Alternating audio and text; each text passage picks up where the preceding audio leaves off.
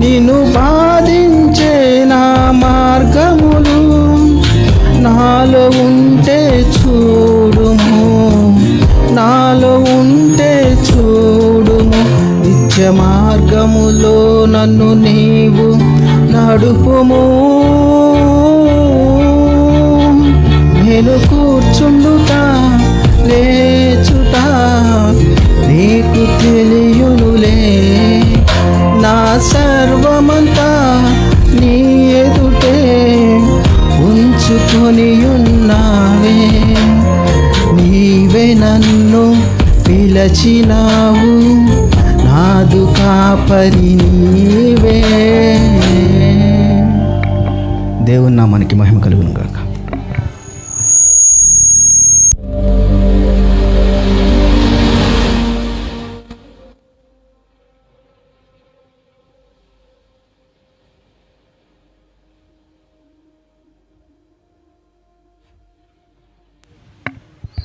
మంచిదండి, మంచి పాట పాడి దేవుని స్తుతించి మహింపరిచిన బాజీ అన్నయ్య గారికి ప్రత్యేకమైన శుభావందనాలు.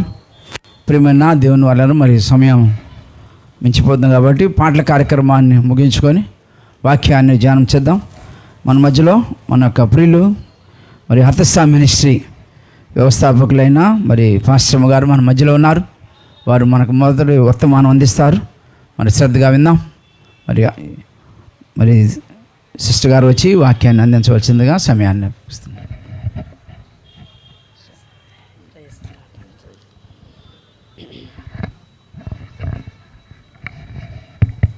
ప్రభు యేసుక్రీస్తు నామములో మీ అందరికీ శుభాలు తెలియచేస్తున్నాను. మీ అందరికీ నా హృదయపూర్వకమైన వందనాలు తెలియచేస్తున్నా. మరి ఈ శుభ సమయంలో అన్నగారు మరి ఇటు అమూల్యమైన సమయాన్ని ప్రభు మాటలు మనము నేర్చుకోవడానికి, తెలుసుకోవడానికి, బలపరచబడటానికి ఈ అవకాశం ఇచ్చిన అన్నయ్య గారికి మరి సంఘస్థులకు అందరికి కూడా నా హృదయపూర్వకమైన శుభాలు తెలియచేస్తున్నాను. ప్రభు మిమ్మల్ని దీవించునుగాక. చిన్న ప్రార్థన చేసుకొని మనం వర్తమానంలోనికి వెళదాం.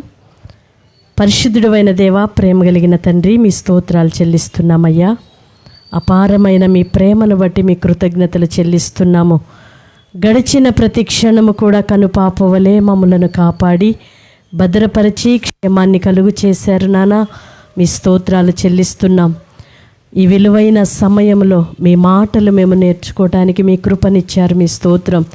ఇంతవరకు మీ ఘనమైన నామమును పాడి స్తుతించడానికి, ఘనపరచడానికి, మహిమపరచడానికి నాయన మీరు మాకు ఇచ్చిన గొప్ప ధన్యతకై మీ స్తోత్రాలు చెల్లిస్తున్నాం. వారి గళములతోనూ నాయన అయ్యా ఇదిగో మీ నామమును సన్నుతించి ఉండగా నిశ్చయముగా మీరు మహిమపరచబడి ఉన్నారని స్తుతిస్తున్నాము. నానా మీ కొందనాలు చెల్లిస్తున్నాం. కూడి వచ్చిన బిడ్డలను మమ్ములను మీ దయగలిగిన హస్తాలలో సమర్పిస్తున్నాం.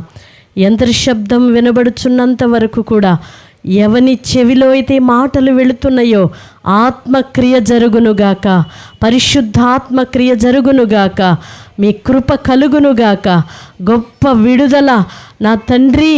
ఎన్నో దినాలుగా నాయన బిడ్డలు శోధించబడుతున్న ప్రతి శోధనకి రాత్రి ఒక విడుదల చూచుదుముగాక.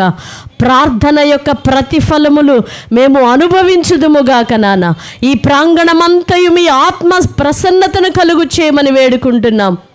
మీ ఆత్మ సారథి చేత నడిపించి మీ ఘననామానికి మాత్రమే మహిమ పొందుమని, వినగలిగిన చెవిని గ్రహించే మనస్సును, లోబడే హృదయములను నాకు మాకు దయచేసి మీరు మాత్రమే మహిమ పొందుమని యేసయ్య పరిశుద్ధ నామములో ప్రార్థిస్తున్నాము తండ్రి.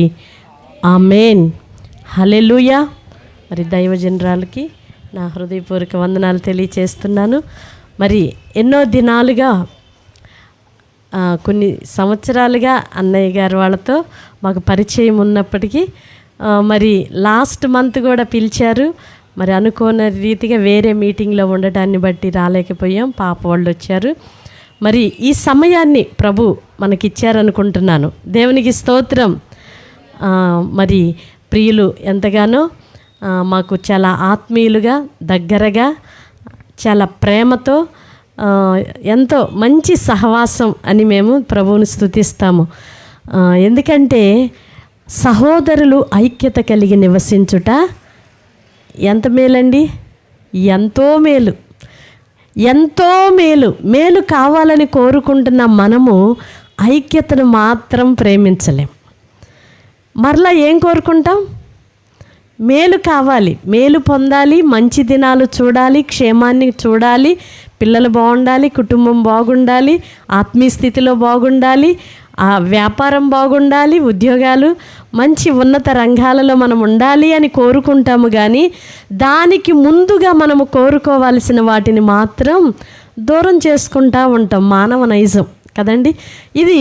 కనుక మనం ఐక్యత కలిగి నివసించడం ఎంతో మేలు అనేది ప్రతి దినము మనము మనస్సున గ్రహించాలి, నోరార పలకాలి. దేవునికి స్తోత్రం. ఒక కుటుంబంలో నలుగురుంటే ఐక్యత కలిగి ఉండాలి, ఇద్దరున్నా ఐక్యత కలిగి ఉండాలి. ఒక సంఘములో ఒక 10 మంది ఉన్నా 100 మంది ఉన్నా ఎలా ఉండాలమ్మా? ఐక్యత కలిగి ఉండాలి. ఎక్కడ ఐక్యత ఉంటుందో అక్కడ ఆశీర్వాదము, అంతేకాదండి జీవం ఉంటుంది. దేవునికి స్తోత్రం.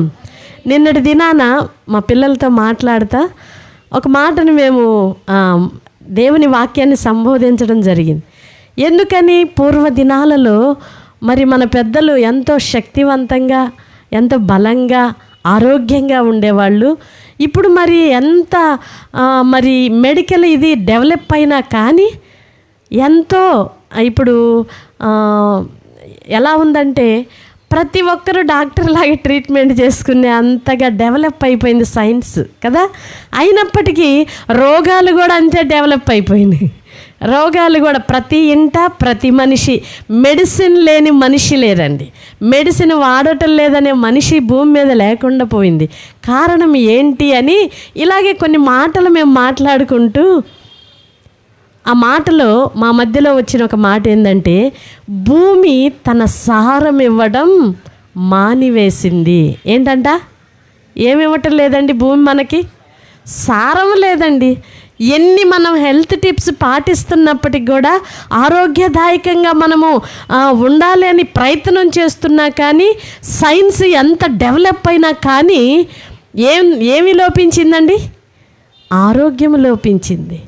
ప్రతి వ్యక్తిలో రోగము. అందుకే ఇర్మియా గ్రంథకర్త అంటాడు, ప్రతి వాణి నడినెత్తి నుండి అరికాలు వరకు ఏముందంట? వ్యాధితో నిండి ఉన్నదంట. ఏముందమ్మా?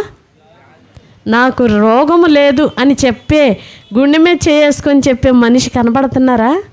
చిన్న పిల్లల కాడి నుండి, చిన్న చంటి పిల్లల దగ్గర నుండి పండు వృద్ధుల వరకు ఏదో ఒక వ్యాధితో, బాధతో, సమస్యతో నలిగిపోతూనే ఉన్నాము. కారణం ఏంటి అంటే, మనిషి ఎంత తెలుసుకోవాలో తెలుసుకున్నాడు. బ్రతకాలి, ఎక్కువ కాలం బ్రతకాలి, ఆరోగ్యంగా బ్రతకాలి, క్షేమంగా ఉండాలి, సజావుగా బ్రతకాలి అని ఎంతవరకు మనము నేర్చుకోవాలో నేర్చుకున్నాము. కానీ మరి ఎక్కడ లోపం జరిగింది అంటే, మనిషి దేవుని మాటకు లోబడే విషయంలో తప్పు చేసేసామండి. లోబడవలసిన దేవునికి లోబడకుండా మనం ఎంత జ్ఞానము తెలుసుకున్నా కానీ, జ్ఞానం జ్ఞానం జ్ఞానం అని పరిగెత్తినా ఆ జ్ఞానం మనకి చివరికి మనలను వెర్రివాణిగా చేస్తుందే కానీ, ఆ జ్ఞానము వలన మనకు క్షేమం కలగటం లేదు, మనకి ఏమాత్రము ప్రశాంతత దొరకటం లేదు. ఎవరిని కదిలిచ్చినంటారు, నాకు ప్రశాంతత లేదండి. చిన్న పిల్లోడిని పిలిచి, ఏంట్రా బాబు అలా కూర్చున్నావు అని పిలిచాను అనుకోండి, నాకేంటో బాగాలేదమ్మా, మనసు బాగాలేదు. చిన్నోడు వాడు మనసు బాగా పోవటం ఏంటి? ఇప్పుడు మనం పెద్దవాళ్ళం అంటే ఎన్నో కుటుంబ భారాలు ఉంటాయండి. పిల్లలు, భర్త, మరి అత్తమామలు, ఇరుగు పొరుగు, ఉద్యోగ సమస్యలు, ఆర్థిక సమస్యలు ఎన్నో ఉంటాయి. మనకు మనసు బాగాలేదంటే పర్వాలేదు, సహజమే అది కదా. కానీ ఒక చిన్న పిల్లలను కదిలిచిన మనశ్శాంతి లేదు. ఏం కరువు అయిపోయిందంట? ఫస్ట్ ఆరోగ్యం లేదు, రెండవది మనశ్శాంతి లేదు. మనిషికి భూమి మీద నెమ్మది కరువైపోయింది. అందుకే యేసు ప్రభు అంటున్నాడు, నేను మీకు లేఖనాలు ఎక్కువ చూపించాలనుకోవట్లా, ఎందుకంటే మరి దైవజనరాలు మీకు చక్కగా ప్రతి నెల వస్తారు కదండి, చక్కగా మీకు లేఖనాలు చక్కగా నేర్పిస్తున్నారు. అప్పుడప్పుడు మేము అలా పైకి వచ్చినప్పుడు వినబడతా ఉంటాయి, సహోదరి స్వరం వింటూ ఉంటాం, ఎవరు ఫలానా అంటే చెప్తారు. అలాగా మీరు చక్కగా లేఖనాలు నేర్చుకుంటున్నారు, చాలా సంతోషం. మరి నేను ముగించినాక మరి సహోదరి కూడా చక్కగా మెసేజ్ మీకు అందిస్తారు కనుక నేను రిఫరెన్స్ ఎక్కువ చూపించాలనుకోవట్లా. 2 మాటలు ప్రభువు నా హృదయంలో ఉంచిన మాటను మీకు వినిపించి నేను ముగించాలనుకుంటున్నా. మొదటిగా, మనిషికి భూమి మీద ఆరోగ్యము కొదువైపోయింది అనుకోవచ్చు. దేవుని సన్నిధికి వెళితే ఆరోగ్యము, సమాధానము, క్షేమము, ఆశీర్వాదం వీటి కొరకే వస్తారు, నిత్య జీవమును మరిచిపోయి అని దైవజనులు బోధిస్తారు. మనము కూడా అనుకుంటూ ఉంటాం, ఎప్పుడు ఇవేనా అంటే జీవితంలో భూమి మీదకి వచ్చిన ప్రతి మనిషికి అవసరమైన సహజమైన అక్కరలివి ఏంటంట, సహజంగా మనిషికి కావలసినవి ఆరోగ్యము, సమాధానము, ఐక్యత, నెమ్మది అనేది మనిషికి కావాలి. మనిషికి నెమ్మది లేకపోతే ఏమవుతుందండి? ఆరోగ్యం పాడైపోయింది. ఆరోగ్యం పాడైపోతే ఏమవుతుందండి? ఆయుష్ క్షీణించిపోతుంది. అంతేనంటారా? మరి భూమి మీద మనము నెమ్మదిగా బ్రతకాలి. దేవుడు అంటున్నాడు, సహోదరులు ఐక్యత కలిగి నివసించుట ఎంత మేలు. 133వ కీర్తన ఒక్క మాట చదివి నేను మీకు చెప్పాలి అని చదువుకున్నది రాసుకున్నది వేరు. ప్రభువు నాకు ఇక్కడికి వచ్చినాక నా హృదయంలో పెట్టిన మాటని నేను మీకు చెప్తున్నా. దేవునికి స్తోత్రం. చదువునానా? సహోదరులు ఐక్యత కలిగి నివసించుట ఎంత మేలు, ఎంత మనోహరము. అది తల మీద పోయబడి అహరోను గడ్డము మీదుగా కారి అతని అంగి ఇలా అంచు వరకు దిగజారిన పరిమళ తైలము వలె ఉండును.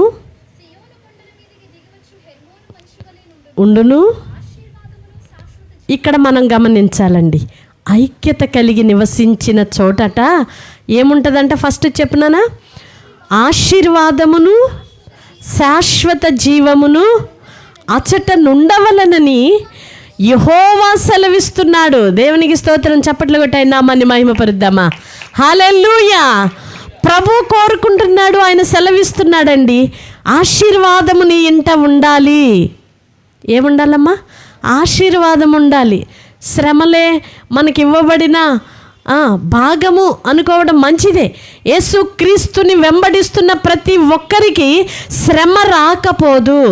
ఎందుకు ఈ మాట నేను చెప్పాల్సి వస్తుందంటే, యేసు ప్రభు వెళ్ళిన మార్గములో పౌలు గారు అంటున్నాడు, ఆ అడుగు జాడలలో మనము నడిచి ఇదిగో నా వంతుగా క్రీస్తు విడిచిపెట్టిన ఆయన వదిలిపెట్టిన శ్రమలను నా శరీరములో వహిస్తున్నాను. ఏం వహిస్తున్నాడంటమ్మా దైవజనుడు? యేసుక్రీస్తు శ్రమపడ్డాడు.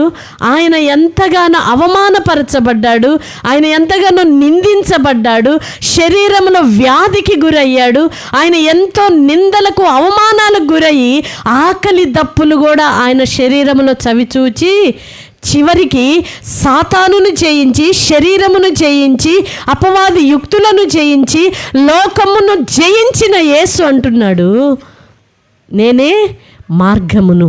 ఆ మార్గములో వెళుతున్న పౌలు గారు అంటున్నాడు, క్రీస్తు మిగిల్చిన శ్రమలను నా వంతుగా నా శరీరములో నేను పొందుచున్నా. శ్రమ పడుతున్న వారు ఎవరైనా ఉంటే మీరు బాధపడొద్దు. ప్రభువుని నమ్ముకున్నాక, సంఘములోనికి వచ్చినాక, క్రీస్తుని ధరించినాక, ఈ పవిత్రమైన మార్గములో నడుచుచున్నప్పుడు నేను శ్రమ పడుతున్నాను అని మీరెవరైనా అనుకుంటే భయపడొద్దు, దిగులు పడొద్దు. మనమేమనుకోవాలో తెలుసా? యేసు ప్రభువు నాకంటే ముందుగా శ్రమ పడ్డాడు, ఆయన మిగిల్చిన చిన్నదే నేను పొందటానికి ఈ అర్హత నాకు దొరికింది అనుకోవాలి. దేవునికి స్తోత్రం, హల్లెలూయా. అపోస్తలులు అంటున్నారండి, ఈ శ్రమలలో పాలు పొందటం మా భాగ్యము అని అంటున్నారండి. ఈ నేటి క్రైస్తవ సంఘాలు ఎలాగైపోయినాయి అంటే, శ్రమలు ఉన్నాయా అంటే మీ ప్రార్థన దేవుడు వింటలేదండి. ఏందంట? శ్రమ పడుతుంటే ఆ వ్యక్తిని చూసి నీలో ఏదో బలహీనత ఉంది, నీవు సరిగ్గా ప్రార్థన చేయటం లేదు, నీవు భక్తిలో సరిగ్గా ఉండటం లేదు అనే విధంగా క్రైస్తవ సంఘాలు, క్రైస్తవులు మారిపోతున్నారు. ఇంకా అన్యులు ఏం చెప్పాలండి? అన్యులకు మనం ఏం చెప్పాలి అండి? అన్యులని మనం మాట్లాడచ్చో మాట్లాడకూడదో మరి అది ఈ ప్రాంతాన్ని బట్టి ఉంటుంది. కాబట్టి అన్యులు అని బైబిల్ బోధిస్తుంది. కాబట్టి అన్యులు అంటే మనము ఎవరో విగ్రహారాధికులు అనుకోవద్దు. క్రీస్తు సంఘములో చేర్చబడని ప్రతి ఒక్కరూ అన్యులే. యేసుక్రీస్తు రక్తములో కడుగబడని క్రైస్తవురాలువైన నీవు అన్యురాలవే. క్రీస్తు రక్తములో పాలు పంపులు లేని ప్రతి వ్యక్తి అన్యుడే. అందుకని మనం ఎవరినో అంటున్నట్టు ఏమీ భయపడొద్దు, బాధపడొద్దు. దేవునికి స్తోత్రం. మనం అన్యులుగా ఉన్నామా, ధన్యులుగా ఉన్నామా? బాప్తిసం పొందిన వారందరూ ఒకసారి చేయి చూపిస్తారా?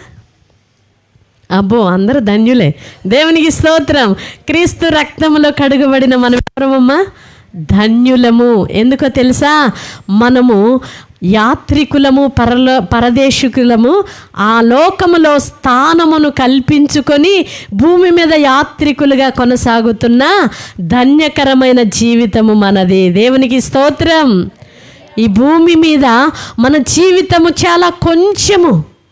ఇందాక మాట్లాడుకున్నాము కదా, భూమి ఏమివ్వట్లేదంట మనకి? సారమునివ్వటల్లా.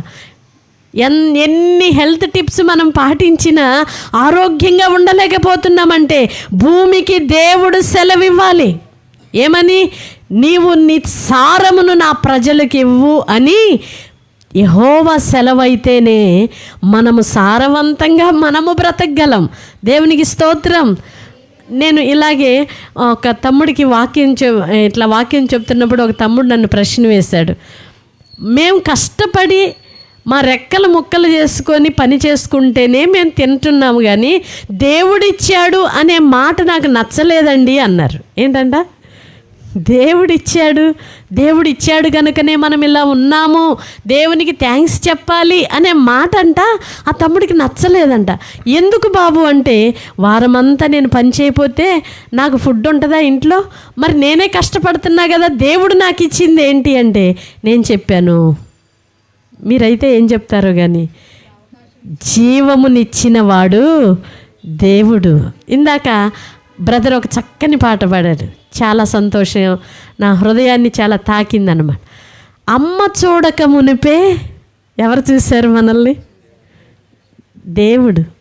అమ్మ చూడలా, కానీ భూమి మీద ఫస్ట్ తల్లికి ప్రయారిటీ ఎవరికి ఇస్తారు? ఫస్ట్ అమ్మ, నాన్న, గురువు, దైవాన్ని లాస్ట్ స్టేజ్కి పంపించేశారు. లాస్ట్గా ఫైనల్ కదా, చివరి స్థానం ఇచ్చేసాం.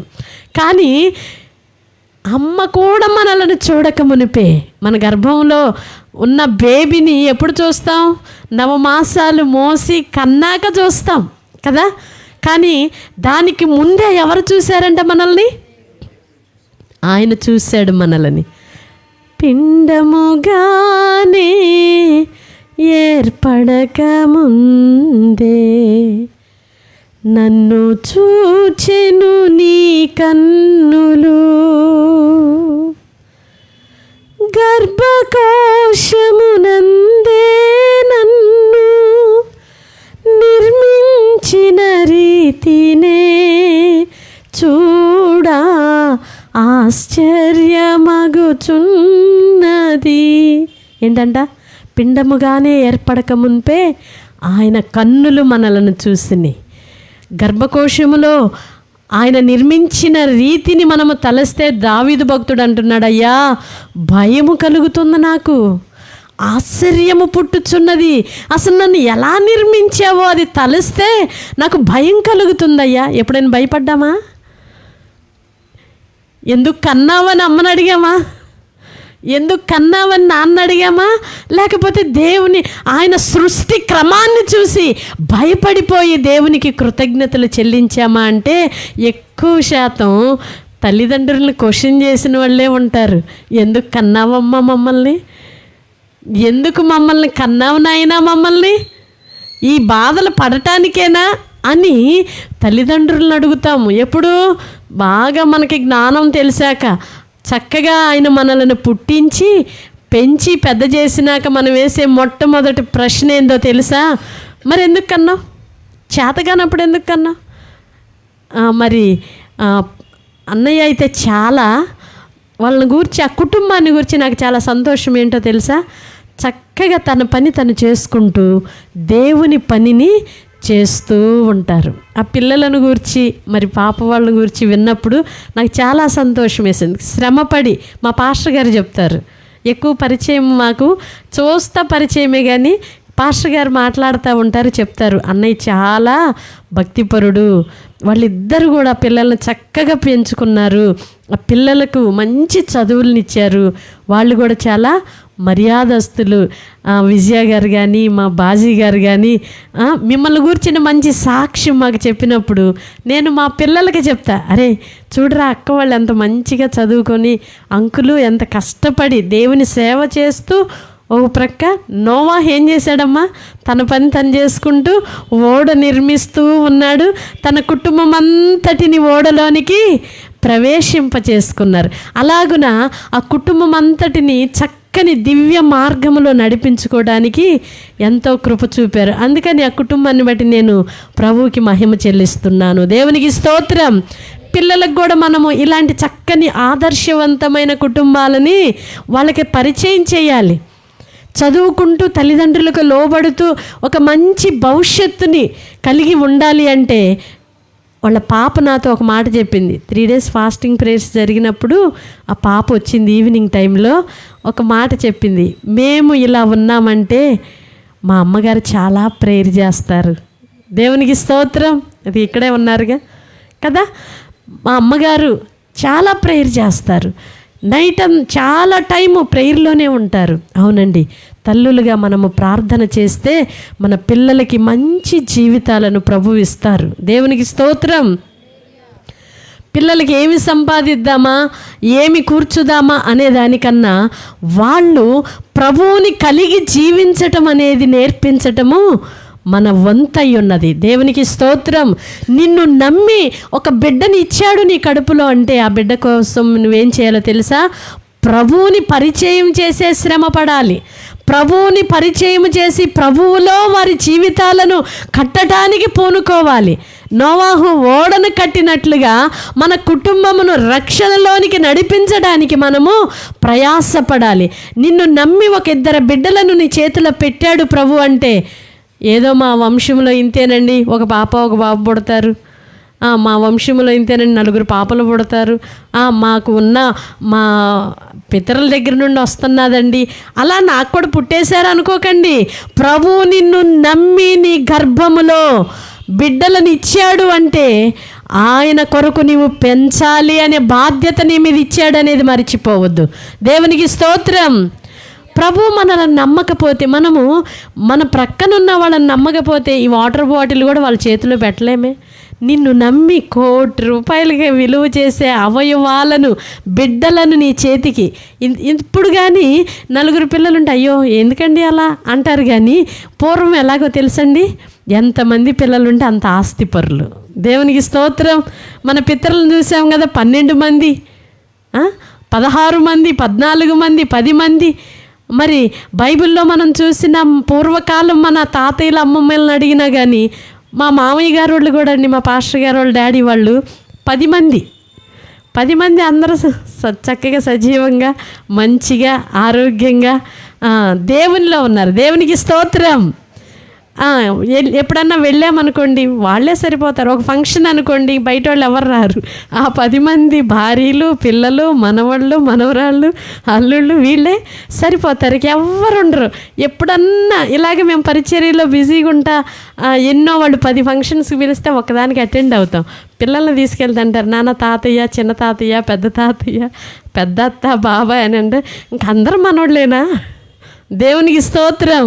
అంకులా అంటే అంకులుగా తల్లి, వాడు బాబాయ్, మావయ్యలు అని అంటే దగ్గరగా వాళ్ళని ఫీల్ అవ్వాలి కదా. అలా అంటే ఆస్తి మనకేంటో తెలుసా? మన బిడ్డలే.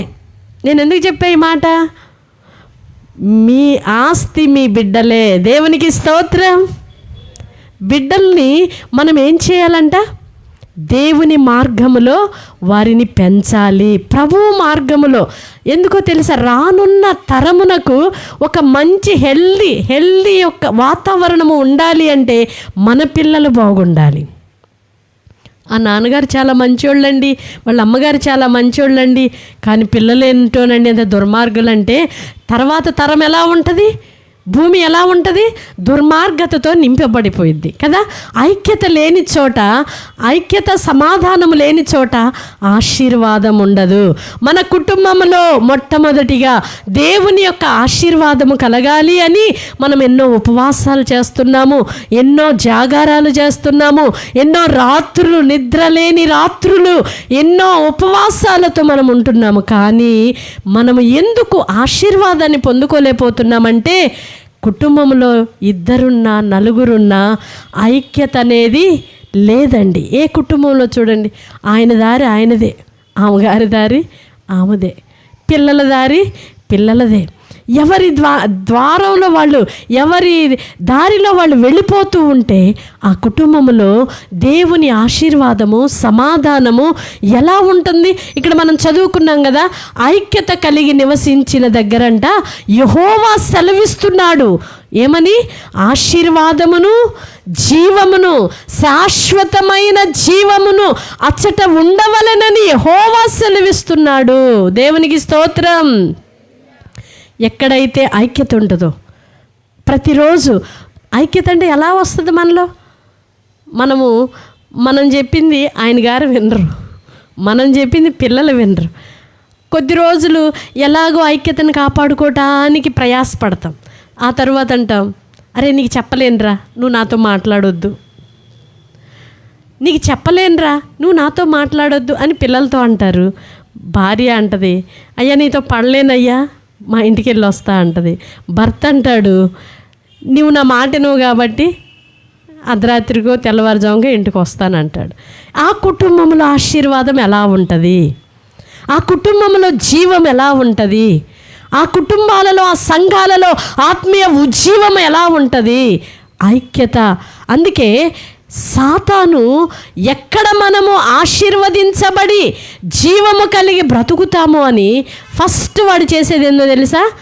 ఐక్యతను చెడగొడతా ఉంటాడు. ఎక్కడిద్దరు ఉంటే వాళ్ళ మధ్యలోకి వాడు వచ్చేస్తాడు. ఎక్కడిద్దరు కూర్చుంటే అక్కడికి ఎవరు వస్తారమ్మా? అపవాది వచ్చేస్తాడు. ఏమంటాడు తెలుసా? ఇదిగో ఏమని చెప్పి నేను నిజం అనుకుంటున్నావా? నిజమే మాట్లాడుతుందా? నువ్వు నా ఫ్రెండ్ అనుకుంటున్నావు కానీ ఆమె హృదయంలో నిన్నేమనుకుంటుందో నీకు తెలుసా అనే ఒక సందేహం పెడతాడు వాడు. అంతసేపు గంటసేపు మాట్లాడినా నీ మనసు ఆ సహోదరి మనసుకు చాలా దూరంగా ఉంటుంది. నీ భర్త మనసు ఆ ఇంట్లో ఉన్న ఆ స్త్రీ, ఆ భార్యకి, ఆ మనసుకి చాలా దూరంగా ఉంటుంది. ఎందుకంటే అపవాది మీ మధ్యలోనికి వచ్చేస్తాడు. ఎప్పుడైతే మనము సందేహించడం ప్రారంభిస్తామో ఇది నిజమా? ఇప్పుడు ఆయన ఏదో పని మీద వెళ్ళొచ్చాడండి, ఈ స్త్రీ అంటది, నిజంగానే వెళ్ళావా? నిజంగా అందుకే వెళ్ళావా? నిజంగా నువ్వు నాతో చెబుతుంది నిజమా అనే సర్పం ఏం చేసింది? సర్పము యొక్క యుక్తితో అవ్వమ్మని పడేయగానే అవ్వమ్మ ఏమంటుంది? అవ్వమ్మ ఏం చేసిందండి? పడిపోయింది, ఆ యుక్తికి పడిపోయింది. అలాగే కుటుంబాలలోనికి సర్పము యొక్క యుక్తి కలిగిన ఆలోచనలు మనుష్యులు ప్రవేశించడంతో ఆ కుటుంబంలో సమాధానము కరువైపోతుంది, సంతోషము కరువైపోతుంది. సమాధానం లేనప్పుడు ప్లెయిన్గా ఉంటుందా మన స్మైల్? లోపల ఏదో ఆర్టిఫిషియల్ స్మైలే ఉంటుంది, కానీ హృదయపూర్వకంగా ఒక మనిషిని చూసి నువ్వు సంతోషంగా నవ్వలేని స్థితిలో ఉన్నావంటే ఆ వ్యక్తి ఎడల నీకు సరి అయిన మంచి హృదయపూర్వకమైన ప్రేమ అవగాహన లేదు. మరి ఆశీర్వాదం ఎక్కడి నుండి వస్తుందండి? దీవెన ఎక్కడి నుండి వస్తుందండి? దీవెన రావాలి, మనం ఆశీర్వదించబడాలి అంటే మన కుటుంబాలలో మనకేముండాలి? సమాధానం ఉండాలి. నేను ఇక్కడ కూర్చొని నాకు ఎప్పుడైతే సహోదరి ఫోన్ చేసి చెప్పారో ప్రార్థన చేసుకున్నప్పుడు దేవుడు ఈ మాటలు లోపల అలా పలికిస్తున్నాడు. కానీ ఫస్ట్ టైం వెళ్తున్నాము, వాళ్ళకి అక్కడ ఏ అవసరత ఉందో నాకైతే తెలీదు. ఒక వాక్యం తీసుకొని నేను దానికి మ్యాటర్ రాసుకుంటా ఉన్నా, వాక్యం రాస్తా ఉన్నా, రిఫరెన్స్ రాస్తా ఉన్నా. మా పాప అంటుంది, అమ్మ ఏంటి చాలా రాసేస్తున్నావు? బాబు వచ్చి అంటున్నాడు, అప్పుడు చాలా మెసేజ్ రాసేసుకుంటుంది అమ్మ అని. కానీ ప్రభు అంటున్నాడు ఇక్కడికి వచ్చినాక, అది నేను ఓపెన్ కూడా చేయలే. నువ్వు మాట్లాడాల్సింది ఇది, బుక్ ఓపెన్ చేయకు, నేను మాట్లాడతా. నువ్వు ఏదేదో మాట్లాడాలనుకుంటే ఎలాగా కదా? ప్రభువుకి మన అంతరంగము తెలుసండి, మన అక్కర తెలుసండి, మన అవసరత తెలుసండి, లోతులో ఉన్న గాయం ఆయనకు తెలుసండి. మనుషులకు పై రూపమే తెలిసిద్ది, నువ్వు పైన మాట్లాడుతున్నవే తెలుసు, కానీ దేవాతి దేవుడికి నీ అంతరంగంలో నీవు పడుతున్న వ్యధ ఆయనకి తెలుసండి.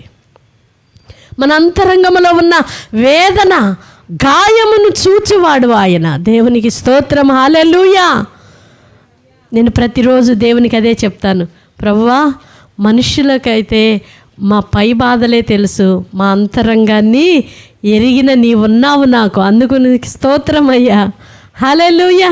మమ్మల్ని ఇలా చూసినప్పుడు ఏమంటారు, వీళ్ళకి ఏమండి? మా బిడ్డలకైతే తెలుసు, నిత్యం మాతో ఉండే వాళ్ళకి మాకేంటో. పైన చూసినప్పుడు ఏమనిపించింది ఎవరికైనా? ఎందుకు ఉదాహరణ చెప్తున్నా. ఇలా చూసినప్పుడు అబ్బా వీళ్ళకేంటండి, బ్రహ్మాండంగా ఉన్నారు.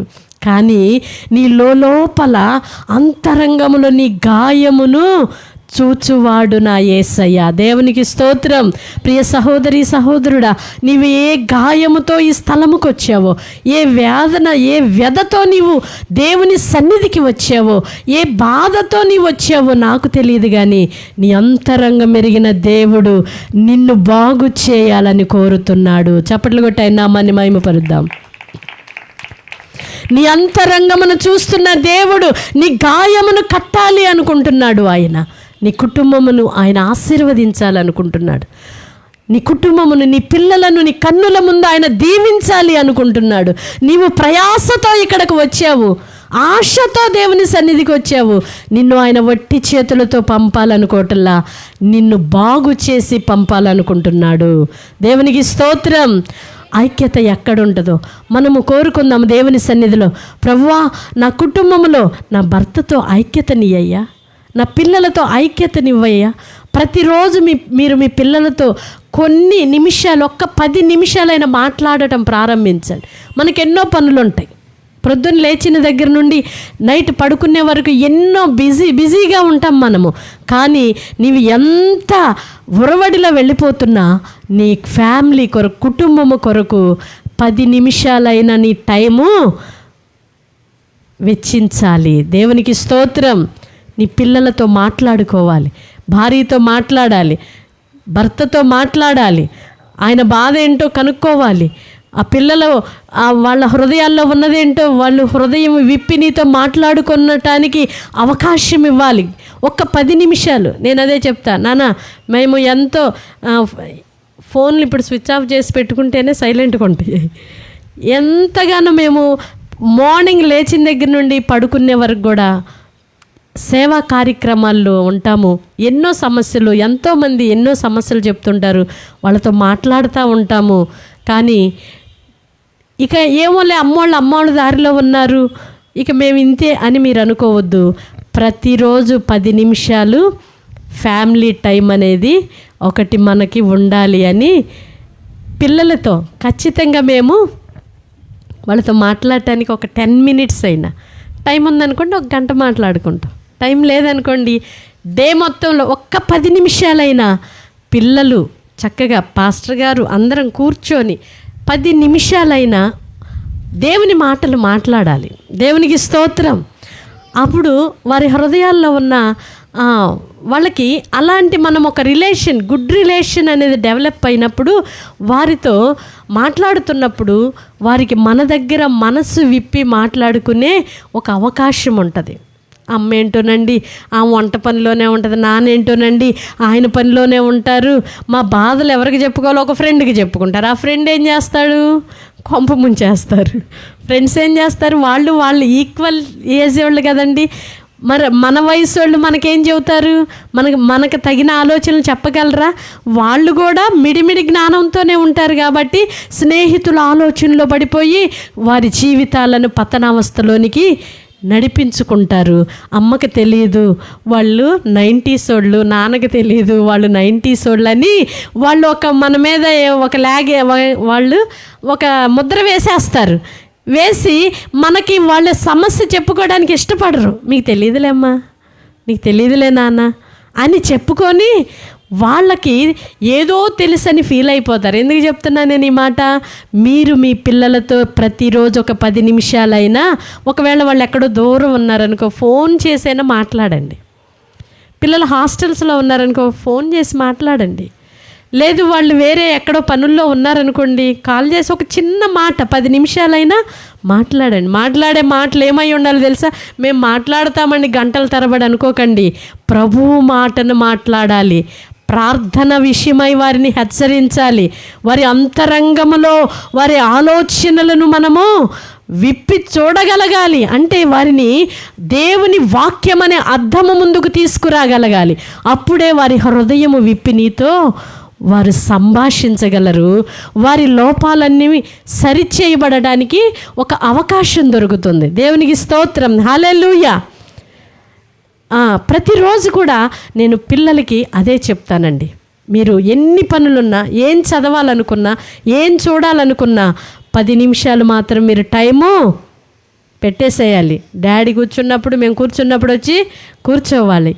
ఇది నేనేదో ఇది కోసం చెప్పటల్లా, అది మా ఫ్యామిలీ సీక్రెట్ కదని నేను మౌనంగా ఉండొచ్చు. కానీ ఇది మీ అందరికీ ప్రయోజనం అని, మీకు మేలు కలగాలని, మీకు క్షేమము కలగాలని మీ అందరికీ నేను తెలియచేయాలనుకున్నా. దేవునికి స్తోత్రం. అలాగున అబ్రహాము దేవునితో ఒక స్నేహితుడి వలె చక్కగా ముచ్చటించటం వలన అబ్రహాముకు దేవుని యొక్క చిత్తమునకు లోబడటము నేర్చుకున్నాడంట. ఎలా? దేవునితో ఒక స్నేహితుడులాగా ఉండడాన్ని బట్టి అబ్రహామును గురించి దేవాతి దేవుడు అంటున్నాడు నా స్నేహితుడు అని. స్నేహభావముతో ఉండాలి. స్నేహితుడు అనగానే మనం ఎక్కడికి వెళ్ళిపోతాం? ఎవరి ఏజ్కి సంబంధించిన వాళ్ళ ఫ్రెండ్స్ని ఎత్తుక్కుంటాం. కాదు, మనము దేవాతి దేవునితో స్నేహం చేయగలగాలి. పిల్లలు తల్లిదండ్రులతో స్నేహం చేయగలగాలి. సంఘ బిడ్డలు సేవకునితో స్నేహం చేయగలగాలి. భార్య భర్తలు స్నేహితులుగా ఉండగలగాలి. మనమందరము కలిసి ప్రభువుతో స్నేహభావముతో కొనసాగాలి. అప్పుడే దేవుడు మాట్లాడినప్పుడు విధేయత మనము చూపగలము. దేవునికి స్తోత్రం, హల్లెలూయా. దేవునికి స్తోత్రం. కనుక ప్రియ సహోదరి సహోదరుడా, నాకు మరి ఇవ్వబడిన సమయం అయిపోయింది కనుక నేను ఒక చిన్న మాటను చెప్పి ముగించి ప్రార్థన చేసి మరి దైవజనరాలకి సమయాన్ని ఇస్తున్నాను. ప్రతిరోజు కూడా కుటుంబ ప్రార్థన చేయటం అనేది అలవరుచుకోండి. ఎంతమందికి అలాంటి అలవాటు ఉంది? చేయి చూపిస్తారా? ప్రతిరోజు మా పిల్లలను భార్యాభర్తలను కలిసి కూర్చొని ప్రార్థన చేసుకుంటామన్న వాళ్ళు చేయి చూపించండి. Very good. క్లాప్స్ కొడదామా వాళ్ళకి? దేవునికి స్తోత్రం, హల్లెలూయా. ప్రతిరోజు మార్నింగే ఫస్ట్ ప్రార్థన చేసి మా డే స్టార్ట్ చేస్తామన్న వాళ్ళు చేయి చూపిస్తారా? వెరీ గుడ్, హల్లెలూయా. ప్రార్థన చేయటము అంటే మనము ఆ రోజు దేవునికి మనము అప్పగించుకొని చెయ్యాలి. అయ్యా నేను ఇటు వెళ్తున్నా, అటు వెళ్తున్నాను, అది చేస్తున్నా, ఇది చేస్తున్నా, నువ్వు నా తోడుండయ్యా కాదు. ప్రభువా నేను ఈరోజు ఏం చేయాలో, నాకు బ్రతుకుని ఎందుకు ఇచ్చావో, ఎంతోమంది రాత్రే ఉన్నారు, ఈరోజు లేరయ్యా. నేనున్నాను అంటే నా ద్వారా నీవేదో చేయాలి అని ఆశిస్తున్నావని నాకు అర్థమైంది. నా కుటుంబం కోసమైనా, నీ కొరకైనా, నీ పని కొరకైనా నేనేం చేయాలో నాతో మాట్లాడయ్యా అని ప్రభువుకి ప్రార్థన చేసుకొని మనం డే స్టార్ట్ చేసామనుకో, ఆ రోజంతా శుభరోజుగా, మేలుకరముగా, క్షేమకరముగా మీరు వెళ్ళు మార్గాలలో నా దేవుని సహాయము మీకు మెండుగా దొరుకుతుంది. హల్లెలూయా. కళ్ళు తలలు వంచితే నేను చిన్న ప్రార్థన చేసి, పరిశుద్ధుడైన దేవా, ప్రేమ కలిగిన తండ్రి, మీ స్తోత్రాలు. కూడి వచ్చిన బిడ్డలను మమ్ములను మీ చేతులకు అప్పగిస్తున్నాం. ఈ మాటలు మా వినికిడిలో స్థిరపరచబడునుగాక, మీ కృప కలుగునుగాక. ఎక్కడ ఐక్యత ఉంటుందో అక్కడ శాశ్వతమైన జీవం ఉంటుందని, ఆశీర్వాదం ఉంటుందని మీరు మాట్లాడారయ్యా. ఐక్యతను మేము కాపాడుకొనుట యందు శ్రద్ధ కలిగిన వారిగా, ఆశీర్వదింపబడిన జనముగా, జీవము కలిగిన దేవుని జనముగా మేము అయ్యా మీ కొరకు బ్రతకటానికి కృప దయచేయమని, అయ్యా ఇంతవరకు మీ పిల్లలు చక్కగా వినడానికి మీరు ఇచ్చిన కృపకై మీ స్తోత్రాలు చెల్లిస్తూ, సమయం ఇచ్చిన అన్నయ్య గారిని, నాయన కూడి వచ్చిన బిడ్డలను కూడా మీ చేతుల్లో సమర్పిస్తూ, ఈ సంఘమును మీరు దీవించుమని, కుటుంబాలకు క్షేమమును కలుగు చేయమని, వారిని వృద్ధిపరచుమని, నిశ్చయముగా నాయన మీ ఉన్నత ప్రణాళికలు వారిలో నెరవేర్చుమని యేసయ్య నామములో ప్రార్థిస్తున్నాము తండ్రి. ఆమేన్. మరి సమయం ఇచ్చిన అన్నయ్య గారికి కూడా నా హృదయపూర్వకమైన వందనాలు తెలియజేస్తున్నా. మంచిదండి. మరి సహోదరులు ఐక్యత కలిగి ఉంటే మరి ఎలాగ ఉంటుందో కుటుంబాల గురించి, అలాగే బిడ్డల్ని ఎలా పెంచుకోవాలో మంచి అమూల్యమైన మాటలు విన్నాం. ఈ రోజున విన్న మాటలు హృదయాంతరం పదిలపరుచుకొని మన కుటుంబాలను ప్రభువు కొరకు పెంచేవారుగా ఉంటే మన కుటుంబాలను చూసి దేవుడు ఆనందిస్తాడని, అట్టి భాగ్యం మనందరికీ కలుగజేయాలని మంచి అమూల్యమైన మాటలు అందించిన మరి మన యొక్క ప్రియులు పాస్టమ్ గారు, హతసాం మినిస్ట్రీ వ్యవస్థాపకులైన మరి పాస్టమ్ గారికి ప్రత్యేకమైన శుభావందనాలు. మరి హతసాం మినిస్ట్రీ అని యూట్యూబ్లో కొడితే మరి ఆ యొక్క ఛానల్ వస్తుంది. మరి ఎప్పుడైనా సరే ఇలాంటి అమూల్యమైన మాటలు వినాలని ఆశపడితే మరి పాస్టమ్ గారు, మరి రాజు గారు, మరి పాస్టర్ గారు, మరి వారు 3 సంఘాలు ఉన్నాయి, అనేక ప్రాంతాల్లో పరిచయం చేస్తున్నారు. పర్చూరు, పెదనందిపాడు, మరి గుంటూరు ఈ ప్రాంతాల్లో దేవుని యొక్క అమూల్యమైన మాటలు ప్రకటిస్తున్నారు. అందుని బట్టి వారి కుటుంబం కొరకు, సంఘం కొరకు మనం కూడా ప్రార్థన చేద్దాం. మరి ప్రార్థన చేసే వారికి ఉందాం. మంచిది. మరి ఒకసారి మరి పాస్టర్ గారికి ప్రత్యేకమైన వందనాలు. మరి ఇక మనం ఆలస్యం చేయకుండా మరి మన సిస్టర్ గారికి, వీళ్ళ సిస్టర్ గారికి సమయాన్ని అప్పగిద్దాం. దేవుని యొక్క అమూల్యమైన మాటలు విందాం. అమ్మ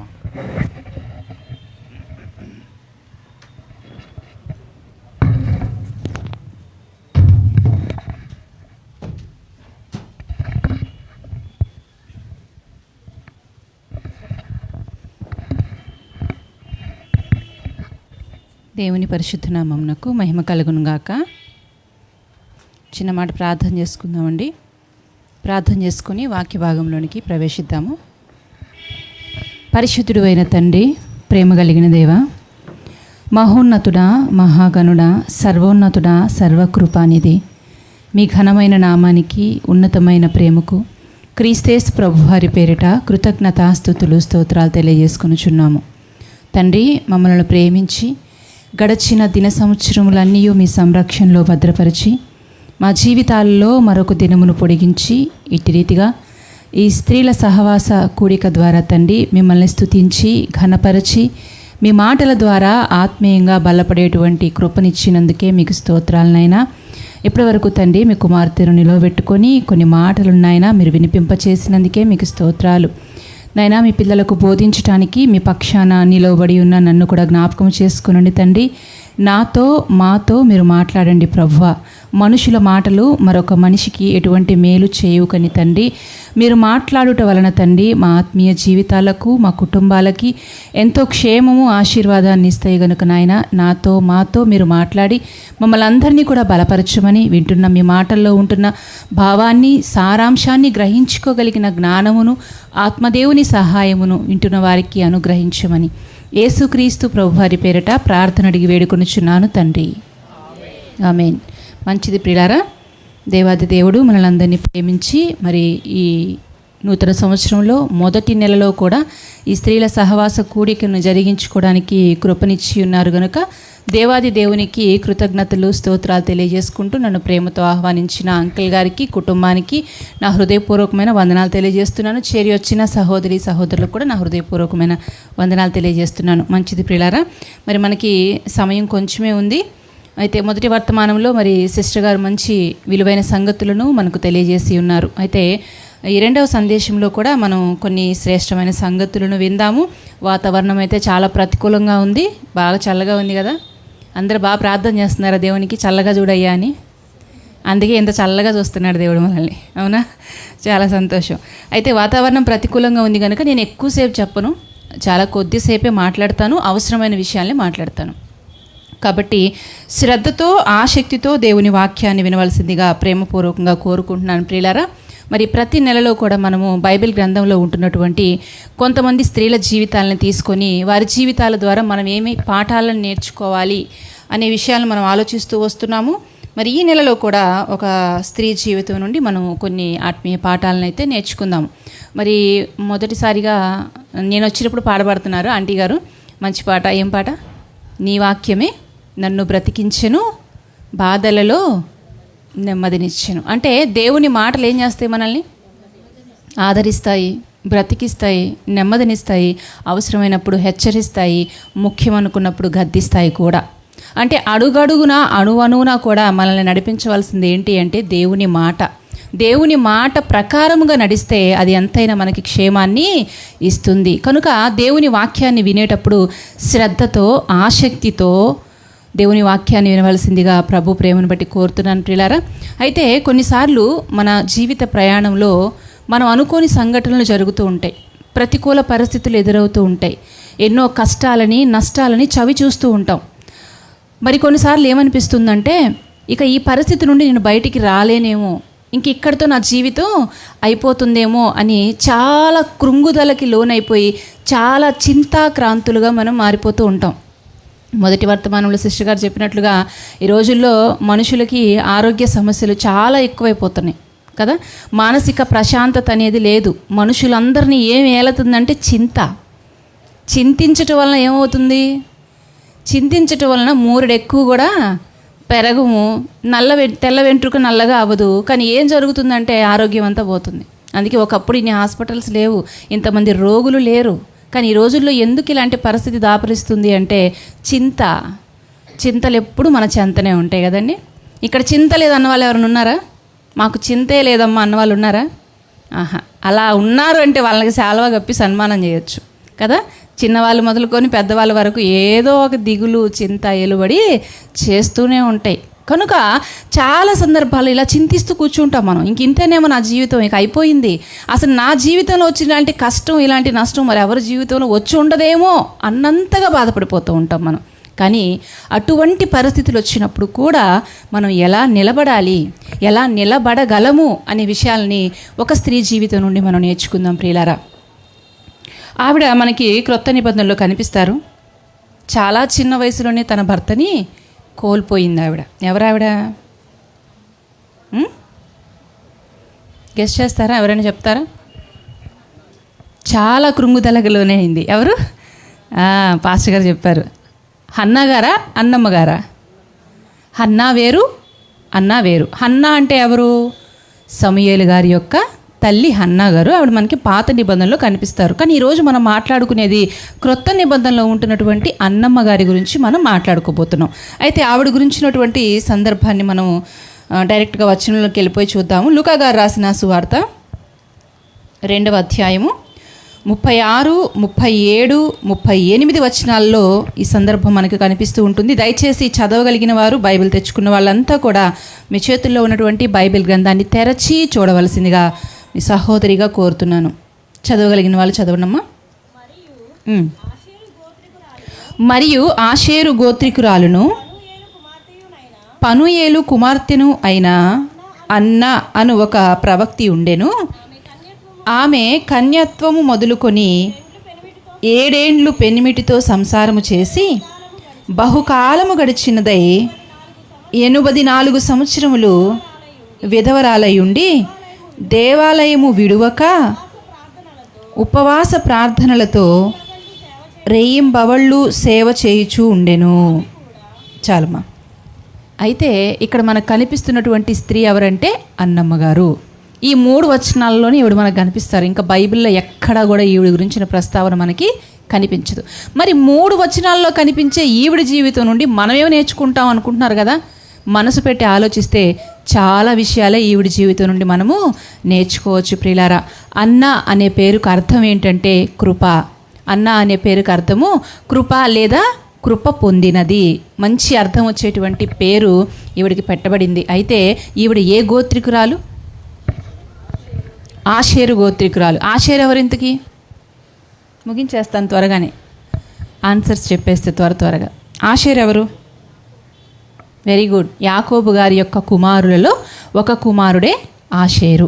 అయితే ఆషేరు గోత్రాన్ని దేవుడు ఎంతగా దీవించాడు అనేది మనం బైబిల్ గ్రంథంలోకి వెళ్ళి చూస్తే ఆదికాండము 49వ అధ్యాయము 20వ వచనం. ఆదికాండము 49వ అధ్యాయము 20వ వచనం. ఆషేరు యొద్ద శ్రేష్టమైన ఆహారము కలదు,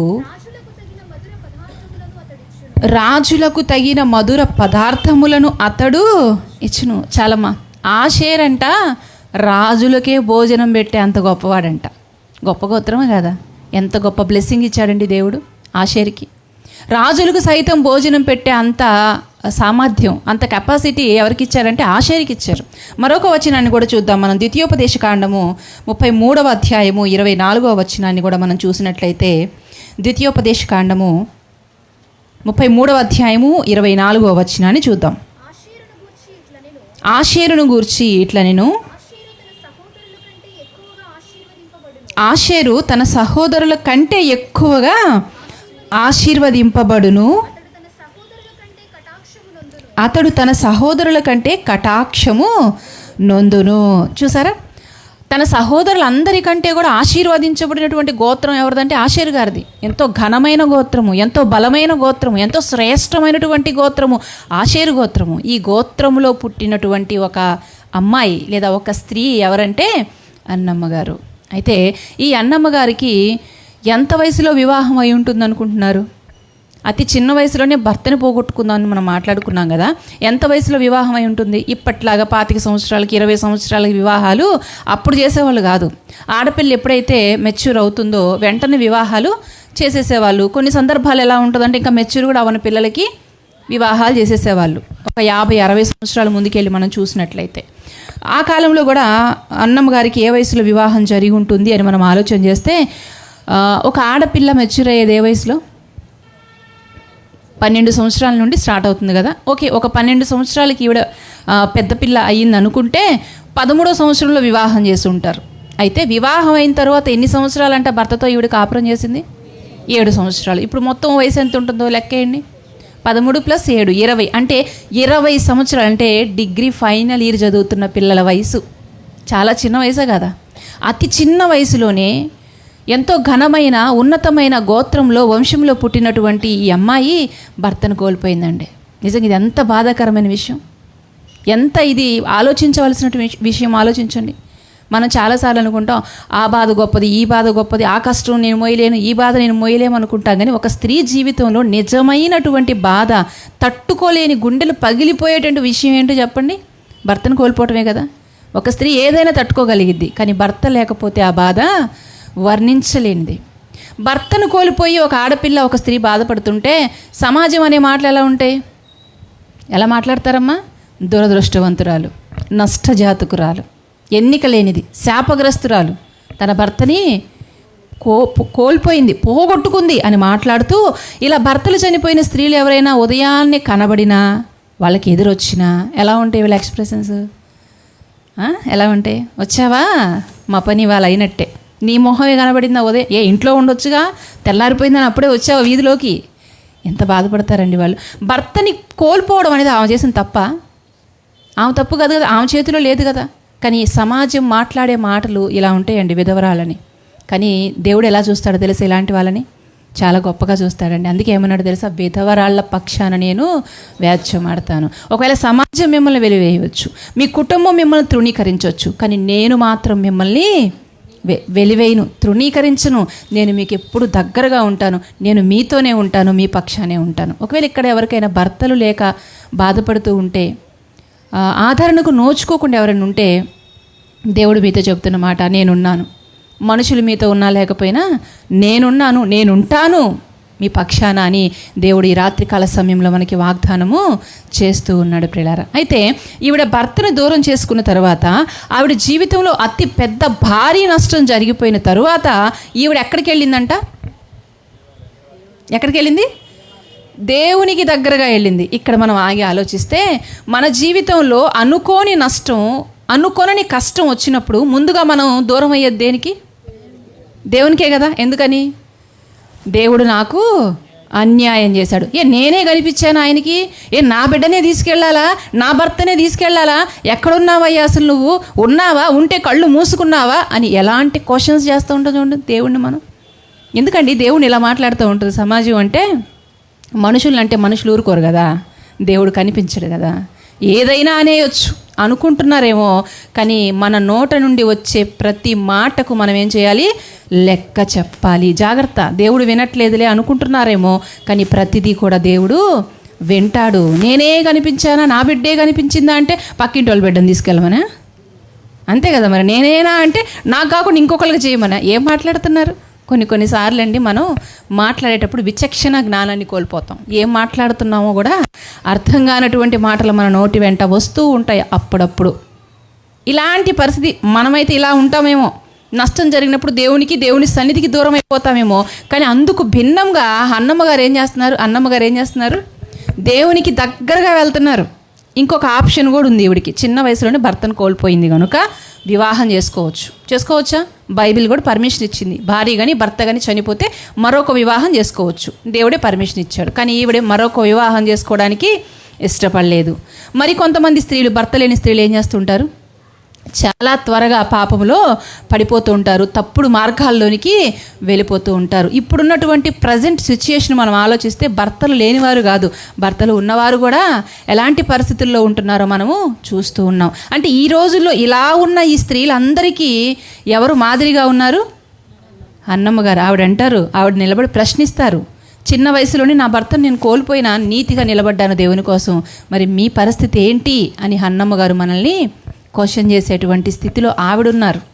కాబట్టి ఈరోజు ఆవిడ జీవితం నుండి మనం కొన్ని విలువైన పాఠాలను నేర్చుకుందాం ప్రియులారా. దేవుని సన్నిధికి దూరం అవ్వలేదులే కానీ దేవునికి మరింత దగ్గరగా వెళ్ళింది. ఎంతకాలం దేవాలయంలో ఉందంట? 84 సంవత్సరాలు. ఎంతకాలం దేవుణ్ణి అంటి పెట్టుకుని ఉంది?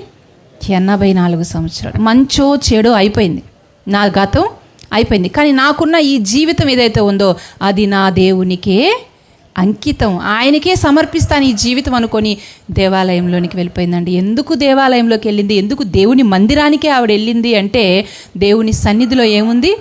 దేవుని మందిరంలో ఏముందో చూద్దామా? 16వ కీర్తనల గ్రంథం 16వ కీర్తన 11వ వచనాన్ని చూద్దాం త్వరగా. కీర్తనల గ్రంథం 16వ కీర్తన 11వ వచనం. జీవ మార్గములు నీవు నాకు తెలియజేసేదవు, నీ సన్నిధిని సంపూర్ణ సంతోషం కలదు. ఏముందంట మందిరంలో? సంపూర్ణ సంతోషం. ఎక్కడుంది చెప్పండి? దేవుని మందిరంలో సంపూర్ణ సంతోషం ఉంది. దేవుని సన్నిధిలో ఎంతో ఆనందం ఉంది, ఎంతో నెమ్మది ఉంది. ఇప్పుడు నేను మిమ్మల్ని అడుగుతున్నాను, నిజంగా ఆ దేవుని సన్నిధిలో సంపూర్ణ సంతోషం ఉందా? నమ్ముతారా? మీరు విశ్వసిస్తారా? దేవుని సన్నిధిలో ఏముంది? సంతోషం ఉంది కదా. మరి సంపూర్ణ సంతోషం దేవుని సన్నిధిలో ఉన్నప్పుడు మీరు సంతోషంగా వస్తున్నారా? దేవుని సన్నిధికి వస్తున్నారా? సంతోషంగా వెళ్ళాలి కాబట్టి, పెట్టారు కాబట్టి, పిలిచారు కాబట్టి, ఏదో ఇల్లు 1 గంట 2 గంటలు అలా కూర్చొని వస్తే అయిపోయిద్ది అన్నట్టు వస్తున్నారా? అలా రావట్లేదు కదా. చాలా సంతోషం, దేవునికి మహిమ కలుగును గాక. చాలా సంతోషం. అలా రాకూడదు దేవుని సన్నిధికి, మనం సంతోషంతో రావాలి దేవుని సన్నిధికి. అందుకే బైబిల్ గ్రంథంలో కోరాహు కుమారులు అని ఉన్నారు. మీకు తెలుసా? కోరాహు కుమారులు దేవుని సన్నిధిని, దేవుని మందిరాన్ని ఎంత ప్రేమించారంటే అద్భుతం, అమోఘం. కోరాహు కుమారులు అంటే, కోరాహు గురించి మీకు తెలుసు కదా. మంచివాడా చెడ్డవాడా? కోరాహు భక్తిహీనుడు కదా. దేవుని పిల్లల మీద, దేవుని నాయకుల మీద తిరగబడ్డాడు కోరాహు. కానీ ఆయన పిల్లలు ఎలా ఉన్నారు? భక్తిపరులుగా ఉన్నారు. కోరాహు ఎలా చనిపోయాడు? మీ అందరికీ తెలుసు. భూమి నెరవిడిచి సజీవ సమాధి చేసేసింది ఎవరినంటే కోరాహుని. మరి కోరాహు కుమారులు ఎలా తప్పించుకున్నారు అంటే వాళ్ళు ఏం చేస్తున్నారు తెలుసా? దేవుని మందిరంలో పరిచర్య చేస్తున్నారు. దేవుని మందిరంలో ఉన్నారు, దేవుని గుమ్మం దగ్గర వాళ్ళు పరిచర్య చేస్తున్నారు కనుక వారు బ్రతికారు. అంటే దేవుని సన్నిధిలో ఉండడం వల్ల వీరు తన తండ్రితో పాటు చనిపోకుండా జీవించి ఉన్నారనమాట. అంటే దేవుని సన్నిధి ఎంత విలువైనదో చూడండి. అందుకే దేవుని సన్నిధి యొక్క ప్రాముఖ్యతను, ప్రాధాన్యతను గుర్తెరిగిన కోరాహు కుమారులు దేవుని సన్నిధి గురించి ఏం రాస్తున్నారో చూద్దాం.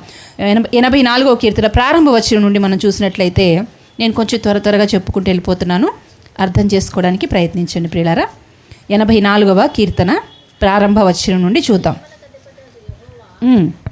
సైన్యములకు అధిపతియగు యెహోవా, నీ నివాసములు ఎంత రమ్యములు. ఆ మాటలు ఆ సిచ్యుయేషన్లోకి వెళ్ళిపోయి ఆలోచిస్తూ చదవండి, ఎంత బాగుంటాయో. సైన్యములకు అధిపతియగు యెహోవా, నీ నివాసములు ఎంత రమ్యములు. యెహోవా మందిరావరణములను చూడవలెనని నా ప్రాణము ఎంతో ఆశపడుచున్నది, అది సొమ్మసిల్లుచున్నది.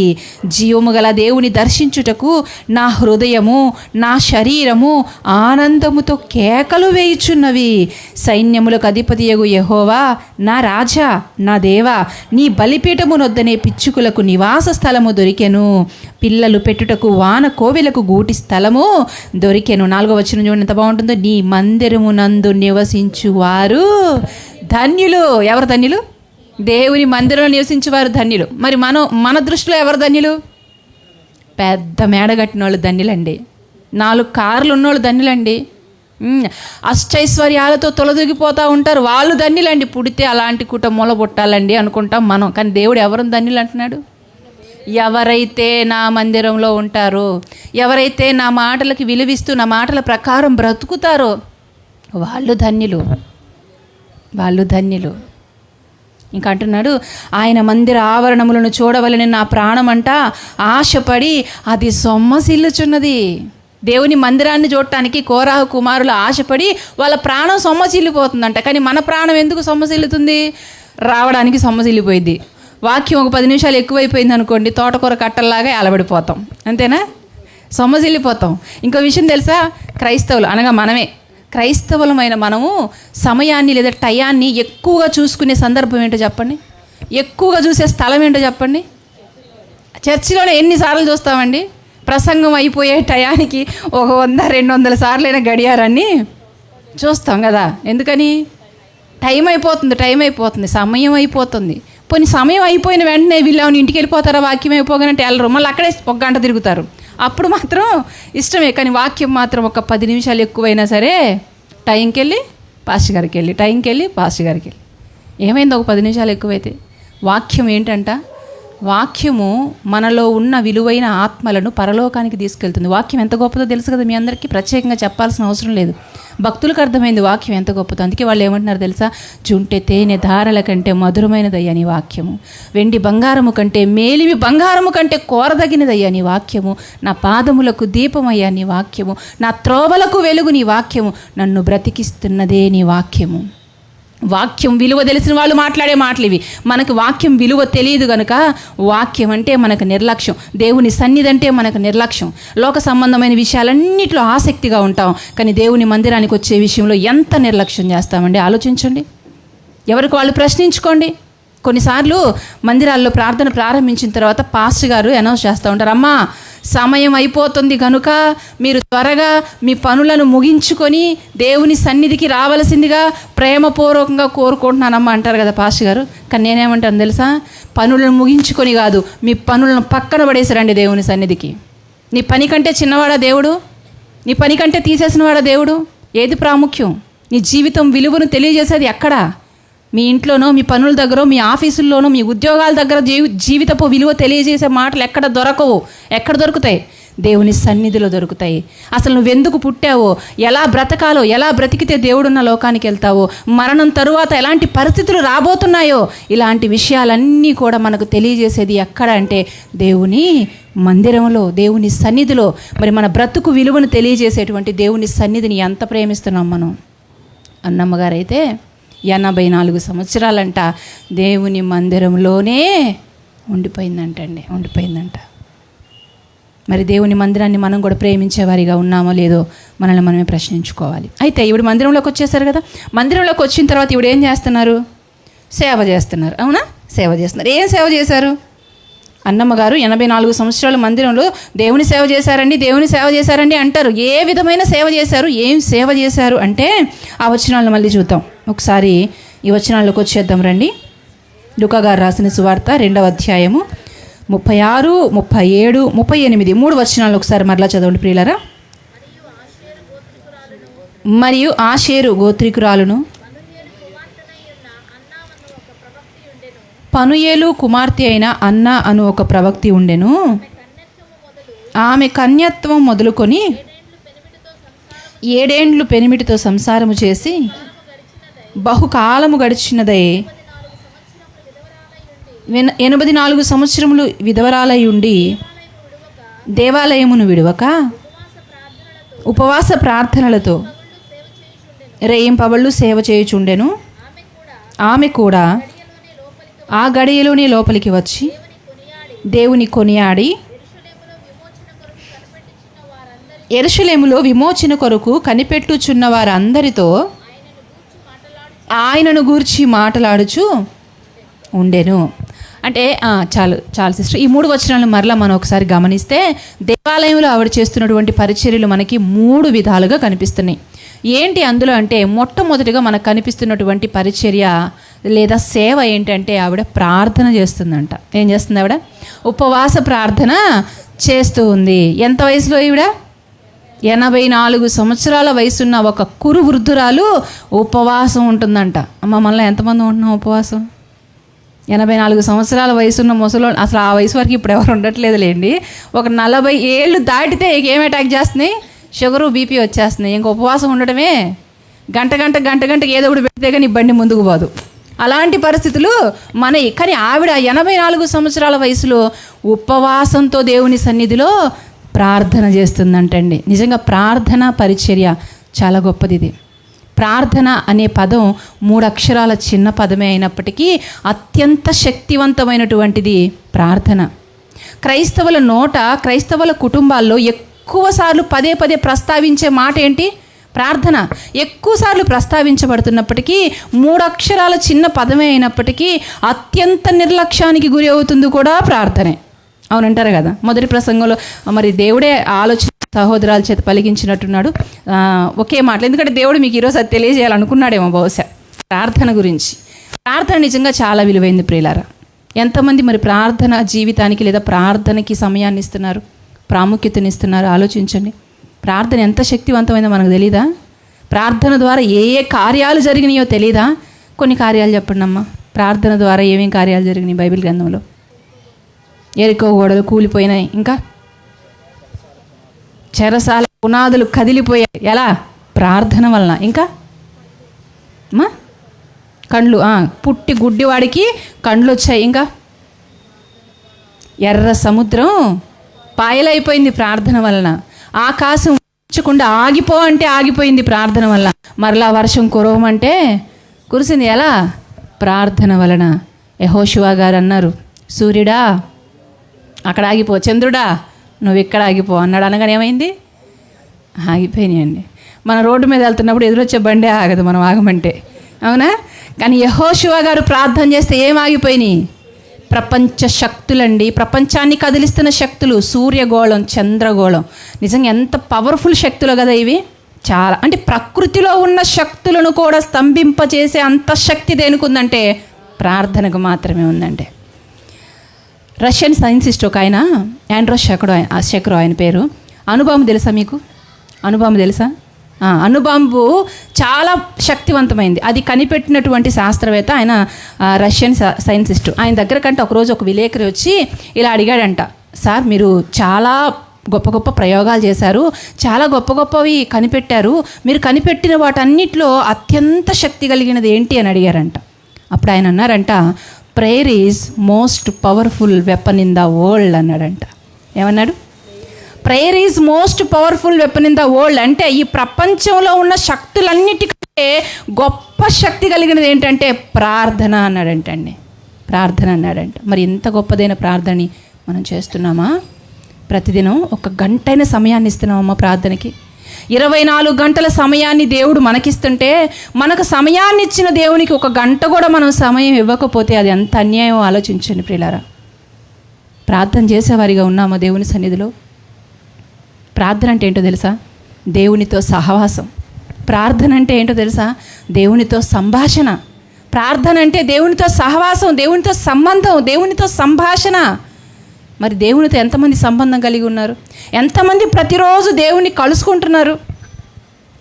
మనకి ప్రభు రాకడను గురించిన పాటలు కొన్ని ఉన్నాయి కదా మన క్రిస్టియానిటీలో. మేఘాల మీద అంటే ఎవరు వస్తున్నారు? మేఘాల మీద ప్రభు వస్తున్నారు. మనం అందరం అక్కడ ఆయన్ని కలుసుకుంటాం. నిజమేనా? ప్రభు అయితే మేఘారుడే వస్తున్నాడు, కానీ ప్రభువుని కలుసుకోవడానికి అందరం వెళ్ళిపోతామా? ఎవరు వెళ్తారు? ఇక్కడ ఎవరైతే ఆయన్ని కలుసుకుంటారో, ఇక్కడ ఎవరైతే ఆయనతో సంబంధం కలిగి ఉంటారో వాళ్ళే అక్కడ ఆయన మరలా కలుసుకుంటారు. అంటే ఇక్కడ అంటే ఎక్కడ? దేవుడు మనకి ఈ భూమి మీద ఇచ్చిన ఈ ఆయుష్కాలంలో ప్రతిదినం మనం దేవునితో మాట్లాడుతూ దేవునితో మంచి సంబంధం కలిగి ఉండి దేవునితో సహవాసంలో ఉంటామో ఎవరైతే అలా ఉంటారో అలాంటి వాళ్ళే మేఘాల మీద ప్రభువును కలుసుకుంటారు, కానీ అందరూ కలుసుకోరు. పాటలు బాగున్నాయి కదని పాడేస్తాం మనం. మన హృదయం అనే సింహాసనం మీద ప్రభువుని మనం ఆసీనుడిగా ఉంచాలి. కొన్ని పాటలు కూడా వింటూ ఉంటాం మనం సమాజంలో. అత్యున్నత సింహాసనం పైన ఆసీనుడవైన దేవా. అవును, ఆయన ఎప్పుడూ అత్యున్నత సింహాసనం మీద ఆసీనుడే, కానీ ఆయన అత్యున్నత సింహాసనం మీద ఆసీనుడు అవ్వాలనుకోవట్లేదులే, కానీ నీ హృదయం అనే సింహాసనం మీద ఆయన ఎల్లప్పుడూ ఆసీనుడుగా ఉండాలి అనుకుంటున్నాడు. ఎవరైతే హృదయం అనే సింహాసనం మీద ఆయన్ని ప్రథమ స్థానంలో ఉంచుతారో అలాంటి వారే ఆయన్ని కలుసుకుంటారు. అందరూ కలుసుకోరు ప్రియులారా. చాలా అమాయకత్వంలో బ్రతుకుతున్నారు చాలామంది. మేం కాకపోతే ఎవరు వెళ్తారు ప్రభుతో అని. కానీ ఆ రోజు ఆ పరిస్థితి వచ్చినప్పుడు రొమ్ము కొట్టుకొని ఏడుస్తారంట అనేక మంది. ఎందుకంత బాధ? దేవుడు మనకిచ్చిన ఆయుష్కాలంలో, దేవుడు మనకిస్తున్నటువంటి సమయాల్లో దేవుని కోసం మనం కొంత సమయాన్ని కేటాయిద్దాం ప్రియులారా, కేటాయిద్దాం. ఎందుకంటే మనుషుల వలన కాని పనులు ఎవరి వలన జరుగుతాయి? మనిషి అన్నీ చేయలేడండి, అన్నీ చేయలేడు. లాయర్లు కొన్నే చేయగలరు, అన్నీ చేయలేరు. డాక్టర్లు కూడా కొన్నే చేయగలరు, అన్నీ చేయలేరు. రాజకీయ నాయకులు కొన్ని పనులే చేయగలరు, అన్నీ చేయలేరు వాళ్ళు. అలాగే ఇంకా లోక సంబంధంగా మనం ఎవరిని చూసినా, ఇప్పుడు సైంటిస్ట్ గురించి మాట్లాడుకున్నాం కదా, ఈ సైంటిస్టులు కూడా కొన్నే చేయగలరు, అన్నీ చేయలేరు. కానీ అన్నీ ఎవరు చేయగలరు? మనుషులకు అసాధ్యమైనది ఎవరికి సాధ్యము? దేవునికి మాత్రమే సాధ్యము. ఆయన సర్వము చేయగలడు, అందుకే ఆయన సర్వశక్తి కలిగిన దేవుడు. సర్వము చేయగలిగిన, సర్వశక్తి కలిగిన దేవుని చెంతకొచ్చి దేవుణ్ణి అడగడం మనకు చేత కాదులే, కానీ కొన్ని మాత్రమే చేయగలిగిన మనుషుల వైపు చూస్తూ మనుషుల దగ్గరికి వెళ్ళి వాళ్ళ నుండి ఎలాంటి సహాయం రానప్పుడు అప్పుడేమంటాం? దేవా, తూర్పు ఉత్తరం పడమరం దక్షిణ అంతా తిరిగేసి ఏ దిక్కు నుండి ఏ సహాయం రానప్పుడు దేవా నువ్వే దిక్కయ్యా. ఇక మనుషులందరూ చేతులు ఎత్తేసి డాక్టర్లు కూడా ఇక మా వల్ల కాదమ్మా అన్నప్పుడు చేంజ్ చేస్తాం, దేవుని కాళ్ళు పట్టుకుంటాం. అదేదో ముందే పట్టుకుంటే ఆ కాళ్ళు మనుషులు కాళ్ళు పట్టుకునే బాధ ఉండదుగా. ఆ స్థితికి దేవుడు తీసుకెళ్ళాడు కదా. మనం ప్రార్థన చేసే విషయంలో మనం ఫెయిల్ అయిపోయి దేవునికి మనం ప్రార్థన చేయకుండా మనం అంటాము, ఏంటోనండి దేవుడు నా జీవితంలో ఏ కార్యం చేయట్లేదండి. అందరి జీవితాల్లో జరుగుతున్నాయి, కానీ నన్ను అసలు పట్టించుకోడు ఏంటి దేవుడు? నా జీవితంలో ఏ కార్యం జరగట్లేదు ఏంటి? దేవుడు నన్ను పట్టించుకోవట్లేదండి అంటారు. కాదు, మనం దేవుణ్ణి పట్టించుకోవట్లా. ముందు నువ్వు దేవుణ్ణి పట్టించుకుంటే నిన్ను దేవుడు పట్టించుకుంటాడు. మనం దేవుణ్ణి నిర్లక్ష్యం చేస్తే దేవుడు కూడా మనల్ని నిర్లక్ష్యం చేస్తాడు. ఆయన ప్రేమామయుడే, ఆయన కృప కలిగిన దేవుడే, ఆయన ప్రేమ కలిగిన వాడే. కానీ ఆయన పిలిచినప్పుడు మనం వినకపోతే, ఆయన అవకాశాలు ఇస్తున్నప్పుడు మనం సద్వినియోగపరుచుకోకపోతే, ప్రేమామయుడికి ఉన్న మరొక పేరేంటి? దహించు అగ్ని. మరొక కోణాన్ని కూడా చూడండి. ఎప్పుడు ఆయన ప్రేమనే చూస్తే ఎలా? మరొక కోణాన్ని కూడా చూడాలి కదా. ఎప్పుడు కూడా మనం దేవుని కృపకే పాత్రులం అవ్వాలండి, ఆయన ఉగ్రతకు పాత్రులమి ఎందుకని? తట్టుకునే శక్తి మనకు లేదు. ఆయన కోపాన్ని తట్టుకునే అంత శక్తి మనకు లేదు కనుక ఎప్పుడు దేవుని కృపకి, దేవుని దయకి, ఆయన కనికరానికే మనం పాత్రులం అవ్వాలి ప్రియులారా.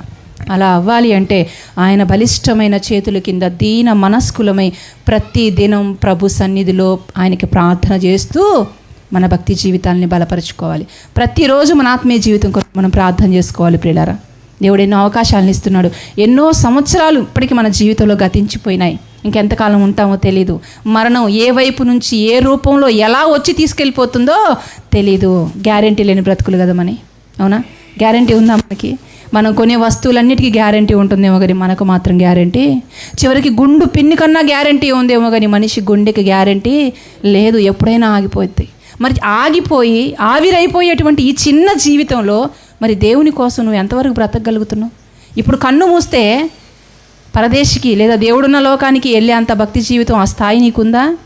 ఎంత ధైర్యంగా బ్రతికేస్తున్నామండి, ఎంత ధీమాగా బ్రతికేస్తున్నామండి. రెప్పపాట్లో వెళ్ళిపోవాల్సి వస్తుంది నరకానికి. ధనవంతుడు కూడా ధీమాగా బ్రతికాడు. ఉన్నంతకాలం నాకేమి లోటు, తరతరాలు కూర్చొని తిన్నా తరగని ఆస్తి ఉంది, ప్రాణమా తినుము తాగుము సుఖించుము, నీకు తరతరాలకు సరిపడా ఆస్తి ఉంది అనుకున్నాడు. కానీ ఆ రాత్రి ఏం జరిగిందంట?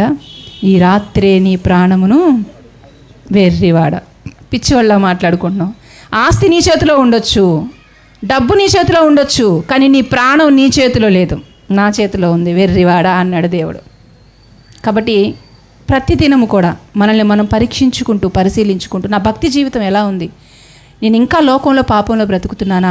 దేవుడు అనుకున్న స్థాయిలోనికి నా భక్తి జీవితం వచ్చిందా అని మనల్ని మనం పరీక్షించుకుంటూ దేవుని సన్నిధిలో మనం ప్రార్థన చేయాలి. ఎందుకు ఇలా చెప్తున్నానంటే, ప్రార్థన అంట మనల్ని పాపం చేయనీదంట. ప్రార్థన చేసేవాడు పాపం చేయలేడు, పాపం చేసేవాడు ప్రార్థన చేయలేడు. కాబట్టి మనం ఏం చేయాలి? ప్రార్థన చేయాలి. అన్నమ్మ గారు ఏం చేస్తున్నారంట? ఉపవాస ప్రార్థన. ఆ వృద్ధాప్య వయసులో కూడా ఉపవాసం ఉండి ప్రార్థన చేస్తుందండి. నిజంగా ఉపవాస ప్రార్థన చాలా శక్తి కలిగింది కదా, చాలా శక్తి కలిగింది. యూదా జాతిని భూమి మీద లేకుండా చేయాలనుకున్నారు ఒకప్పుడు. అప్పుడు ఎస్తేరమ్మ గారు ఏం చేశారు? 3 రోజులు ఉపవసించి ప్రార్థించటం వల్ల యూదా జాతి రక్షించబడింది. అలాగే నినివే ప్రజలు వారు ఉపవాసం ఉండి ప్రార్థన చేయటం వల్ల ఆ పట్టణం రక్షించబడింది. అలాగే దానియేలు గారు చేసిన 40 దినాల ఉపవాస ప్రార్థన, మోషే గారు చేసిన ఉపవాస ప్రార్థన, ఇలా బైబిల్ గ్రంథంలో చూసుకుంటూ వెళ్తే మనం భక్తులు అనబడుతున్న వారు ఉపవాస ప్రార్థన చేసి ఎన్నో గొప్ప గొప్ప కార్యాలను ప్రభువు నుండి వారు పొందుకున్నారు ప్రియులారా. అయితే కొన్ని ఆరోగ్య సమస్యలు ఉంటాయి కదా, కొన్ని హెల్త్ ప్రాబ్లమ్స్ ఉన్న వాళ్ళు ఉపవాసం ఉండకపోయినా పర్లేదు, ఎందుకంటే వారి యొక్క స్థితి ప్రభువుకి తెలుసు కనుక కంపల్సరీగా ఉండాలని లేదు. మీకు శక్తి ఉండి ఓపిక ఉండి ఆరోగ్యం ఉంటే ఖచ్చితంగా ఉపవాసం ఉండి ప్రార్థన చేస్తే మన ఆత్మీయ జీవితాలు బలంగా ఉంటాయి ప్రియులారా. కనుక ఒకవేళ ఎవరైనా ప్రార్థనా జీవితాన్ని నిర్లక్ష్యం చేస్తున్నారేమో, దయచేసి రేపటి నుండి కాదు, ఈ రోజు నుండే ప్రారంభిద్దాం. ఎందుకని? రేపు మనది కాదు, అవునా? ఈ క్షణమే మనది. క్షణం దాటితే ఏమైనా జరగవచ్చు. మెట్లు దిగి వెళ్తూ అక్కడ పడిపోవచ్చు, అవునా? వాస్తవం కదా అది. ఏంటమ్మ ఇలా మాట్లాడుతున్నావు, ఏదో స్త్రీల కూడికని వస్తే మేము అన్ని శాపనార్థాలు పెడుతున్నాం ఏంది అనుకుంటున్నారా? వాస్తవాలు ఇలానే ఉంటాయి. సత్యం ఎప్పుడు ఎలా ఉంటుందంటే నిజం నిష్ఠూరంగా ఉంటుందంట. నిష్ఠూరంగా ఉన్నా సరే నిజం నిజమే, అంతేనా? మనుషుల్ని మెప్పించడానికి కాదుగా వాక్యం ఉంది, దేవుణ్ణి మెప్పించాలి. పేతురు గారు నిలబడి వాక్యం ప్రసంగిస్తే వారి హృదయాలు ఏం చేయమని అంట? పొడవబడి అంట. అంటే వాక్యం ఏం చేస్తుంది? గుచ్చుకుంటుంది. గుచ్చుకున్నప్పుడు ఏం చేయాలి? నొచ్చుకోకూడదు, మన జీవితాన్ని మార్చుకోవాలి. కాబట్టి ప్రార్థనా విషయంలో మనం నిర్లక్ష్యంగా ఉండకూడదని అన్నమ్మగారి జీవితం మనకు తెలియజేస్తూ ఉంది. రెండవది, ప్రార్థనా అంశాన్ని నేను ముగిస్తాను. రెండవది, ఆవిడ చేసినటువంటి పరిచర్య ఏంటి అంటే, ఆవిడ మళ్ళీ ఒకసారి చూద్దాం వచనాన్ని, 37వ వచనాన్ని మళ్ళీ ఒకసారి చదవండి. 84 సంవత్సరములు విధవరాలై ఉండి దేవాలయము విడువక ఉపవాస ప్రార్థనలతో రేయింబవళ్ళు సేవ చేస్తూ ఇంకేం చేస్తుందంట ఈవిడ? మళ్ళీ 38 కూడా చూడండమ్మా. ఆ గడియలోనే లోపలికి వచ్చి దేవుని కొనియాడి, దేవుని ఏం చేస్తుందంట? కొనియాడుతుంది. కొనియాడటం అంటే ఏంటి? స్తుతిస్తుంది. ప్రార్థన వేరు, స్తుతి వేరా? ఎస్, ప్రార్థన వేరు, స్తుతించటం వేరు. అంటే స్తుతించటం అనే పరిచర్య కూడా ఇవిడ చేస్తుంది అనమాట. ప్రార్థనలో మనం స్తుతులు చెల్లించాలి దేవునికి, కానీ స్తుతులే ప్రార్థన కాదు, ప్రార్థనే స్తుతి కాదు. ఈ రెండు కూడా వేరు వేరు. కాబట్టి ప్రతిరోజు మనం ఏం చేయాలి? ప్రభువుని స్తుతించాలా. కొంతమంది అంటారు కృతజ్ఞత కూడికి పెట్టుకోండి అమ్మా, దేవునికి స్తుతి కూడికి పెట్టుకోండి అంటే అంటారు. ఎందుకండి దేవుడు మా జీవితాల్లో ఏం చేశాడని పెట్టుకోవాలండి? 10 తులాల బంగారం ఏమైనా కొన్నామా? బంగారం రేటు బాగా పెరిగిపోయిందంట. అదే హల్చల్ అయిపోతుంది న్యూస్ ఇప్పుడు. 10 తులాల బంగారం ఏమైనా కొన్నామా? లేకపోతే మా అబ్బాయికి ఏమైనా ఉద్యోగం వచ్చిందా? మా అమ్మాయికి ఏమైనా మంచి సంబంధం వచ్చిందా? ఎందుకు పెట్టుకోవాలండి మేము స్తుతి కూడిక? ఎందుకు స్తుతించాలండి దేవుణ్ణి అంటారు. కానీ ప్రియులారా, రాత్రికాల సమయంలో ఎందుకు దేవుణ్ణి స్తుతించాలి అనే ప్రశ్న మనం వేసుకుంటే, నువ్వు నేను ఇంకా ప్రాణాలతో ఉన్నాం, సజీవులుగా ఉన్నాం. ఇది చాలదా మనం స్తుతించడానికి దేవుణ్ణి? చాలదా? ఇంకా ఊపిరి పీల్చుకోగలుగుతున్నాం. మనకంటే గొప్పవారు, మనకంటే యోగ్యులు, మనకంటే భక్తి కలిగిన వాళ్ళు ఈ లోకాన్ని విడిచిపెట్టి ఈ సమయాన్ని చూడక వెళ్ళిపోయారు. కానీ నువ్వు నేను మాత్రమే ఉన్నామంటే ఇది దేవుని దయ కాదా? ఇందును బట్టి దేవుణ్ణి స్తుతించొద్దా? ప్రతిరోజు ఆహారం తినగలుగుతున్నామంటే, తిన్న ఆహారం అరుగుతుందంటే కూడా దేవుణ్ణి ఏం చేయాలి? మనము స్తుతించాలి. స్తుతి అనేది నిజంగా ఒక ఉత్తమమైనటువంటి లక్షణం క్రైస్తవ జీవితంలో. చాలామందికి దేవుణ్ణి స్తుతించే మనసు ఉండదండి. దేవుణ్ణి స్తుతించే మనసు అస్సలు ఉండదు. ఇంకా అంటారు, నాకు దేవుడు అంటే ప్రేమేనండి, దేవుణ్ణి నేను ఎప్పుడు స్తుతిస్తూనే ఉంటాను, కానీ మనసులో స్తుతించుకుంటూ ఉంటాను. కానీ భక్తులు ఏమన్నారు తెలుసా? జనముల మధ్యలో నేను ఆయన్ని స్తుతిస్తున్నాను. ప్రజలలో దేవుణ్ణి మనం ఏం చేయాలి? స్తుతించాలి. మన జీవితాల్లో ఆయన చేసినటువంటి మేలులను అనేక మందికి మనము తెలియజేయాలి. అయితే ఏ సందర్భాల్లో ఎప్పుడు మనం దేవుణ్ణి స్తుతించాలి అనే ప్రశ్న వేసుకుంటే, దెస్సలోనిక సంఘానికి పౌలు గారు రాస్తూ ఉన్నారు. చూద్దాం. దెస్సలోనికి రాసిన మొదటి పత్రిక 5వ అధ్యాయము 16వ వచనం. దెస్సలోనికి రాసిన మొదటి పత్రిక 5వ అధ్యాయము 16వ వచనం. ఎడతెగక ప్రార్థన చేయుడి, ప్రతి విషయమునందు కృతజ్ఞతాస్తుతులు చెల్లించుడి, ఇలాగు చేయుట యేసుక్రీస్తునందు మీ విషయములో దేవుని చిత్తము.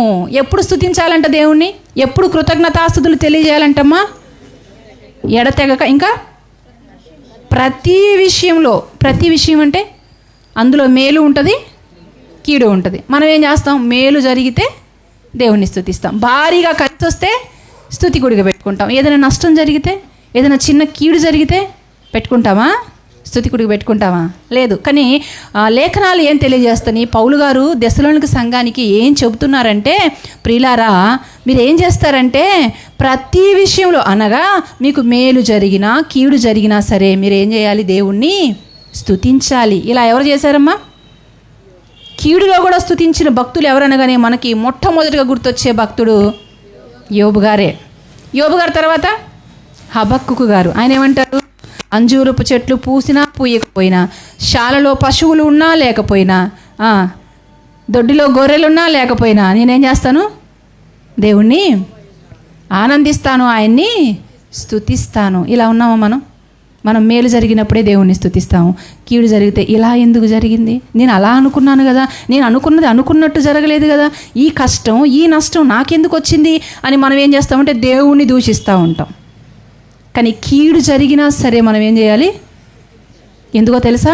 కీడులో కూడా దేవుడు మనకి ఏదో ఒక మేలు దాచి ఉంచుతాడు. ఎల్లప్పుడూ కూడా మనం ఏం చేయాలంటే దేవుణ్ణి స్తుతించాలి. ఏమి జరిగినా సరే నా మంచికే అనుకోవాలి, నా మేలుకే అనుకోవాలి. కొన్నిసార్లు జరిగిన నష్టాన్ని బట్టి ఇలా జరగకుండా ఉంటే బాగుండు కదా మనం అనుకుంటాం. కానీ అలా జరగడం వల్ల భవిష్యత్తులో నీకు ఏదో మేలుంది. ఇది మీకు అర్థం అవడానికి మీరు నవ్వుకోవడానికి ఒక చిన్న ఎగ్జాంపుల్ చెప్పి నేను ముందుకు వెళ్ళిపోతాను. ఒక రాజుగారు ఉన్నారంట ఒక దేశంలో. ఆ రాజుగారికంట అడవికి వెళ్ళి వేటాడడం అలవాటంట.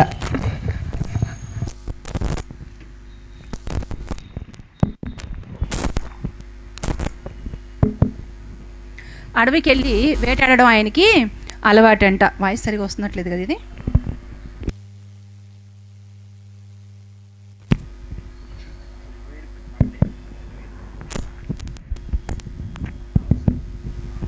ఓకే, ఏం చెప్తున్నాను? రాజుగారు ఎక్కడికి వెళ్ళారంట? అడవికి వెళ్ళారు. అడవికి వెళ్ళినాక ఏం చేయాలి? జంతువుల్ని వేటాడాలి.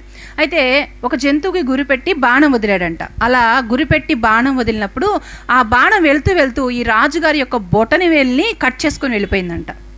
ఏమైంది? బొటని వేలిని కట్ చేసుకొని వెళ్ళిపోయింది. అంటే ఇప్పుడు రాజుగారి వేలు తెగిపోయింది. ఈ రాజుగారు వెళ్తూ వెళ్తూ తన మంత్రిని వెంట పెట్టుకుని వెళ్ళాడంట. ఎక్కడికి వెళ్ళినా సరే మంత్రిని వెంట పెట్టుకుని వెళ్ళడం అలవాటంట రాజుగారికి. ఈ మంత్రి గారిని తీసుకొని వెళ్ళారు. ఇక వేలు తెగిపోయి బాధపడుతూ ఉంటే మంత్రి వచ్చి అన్నాడంట, ఆ మంత్రి గారికి అంట ఎప్పుడు ఒక పదం అలవాటు అంట అనడం. ఏం జరిగినా సరే దేవునికే స్తోత్రం, అంతా మన మేలుకే అనడం ఆయనకి ఇష్టం అంట. ఇప్పుడు రాజుగారి దగ్గరకు వచ్చి అన్నారంట, రాజా ఇది నీ మేలుకే జరిగింది అన్నాడంట. అప్పుడు రాజుగారికి చాలా కోపం వచ్చేసిందంట. ఏంటి మంత్రి, నా వేలు పోయి నేను బాధపడుతుంటే ఇది నా మేలు కంటావా, నువ్వు పా ముందు అని అంతఃపురానికి తీసుకొని వెళ్ళి జైల్లో పడేశారంట.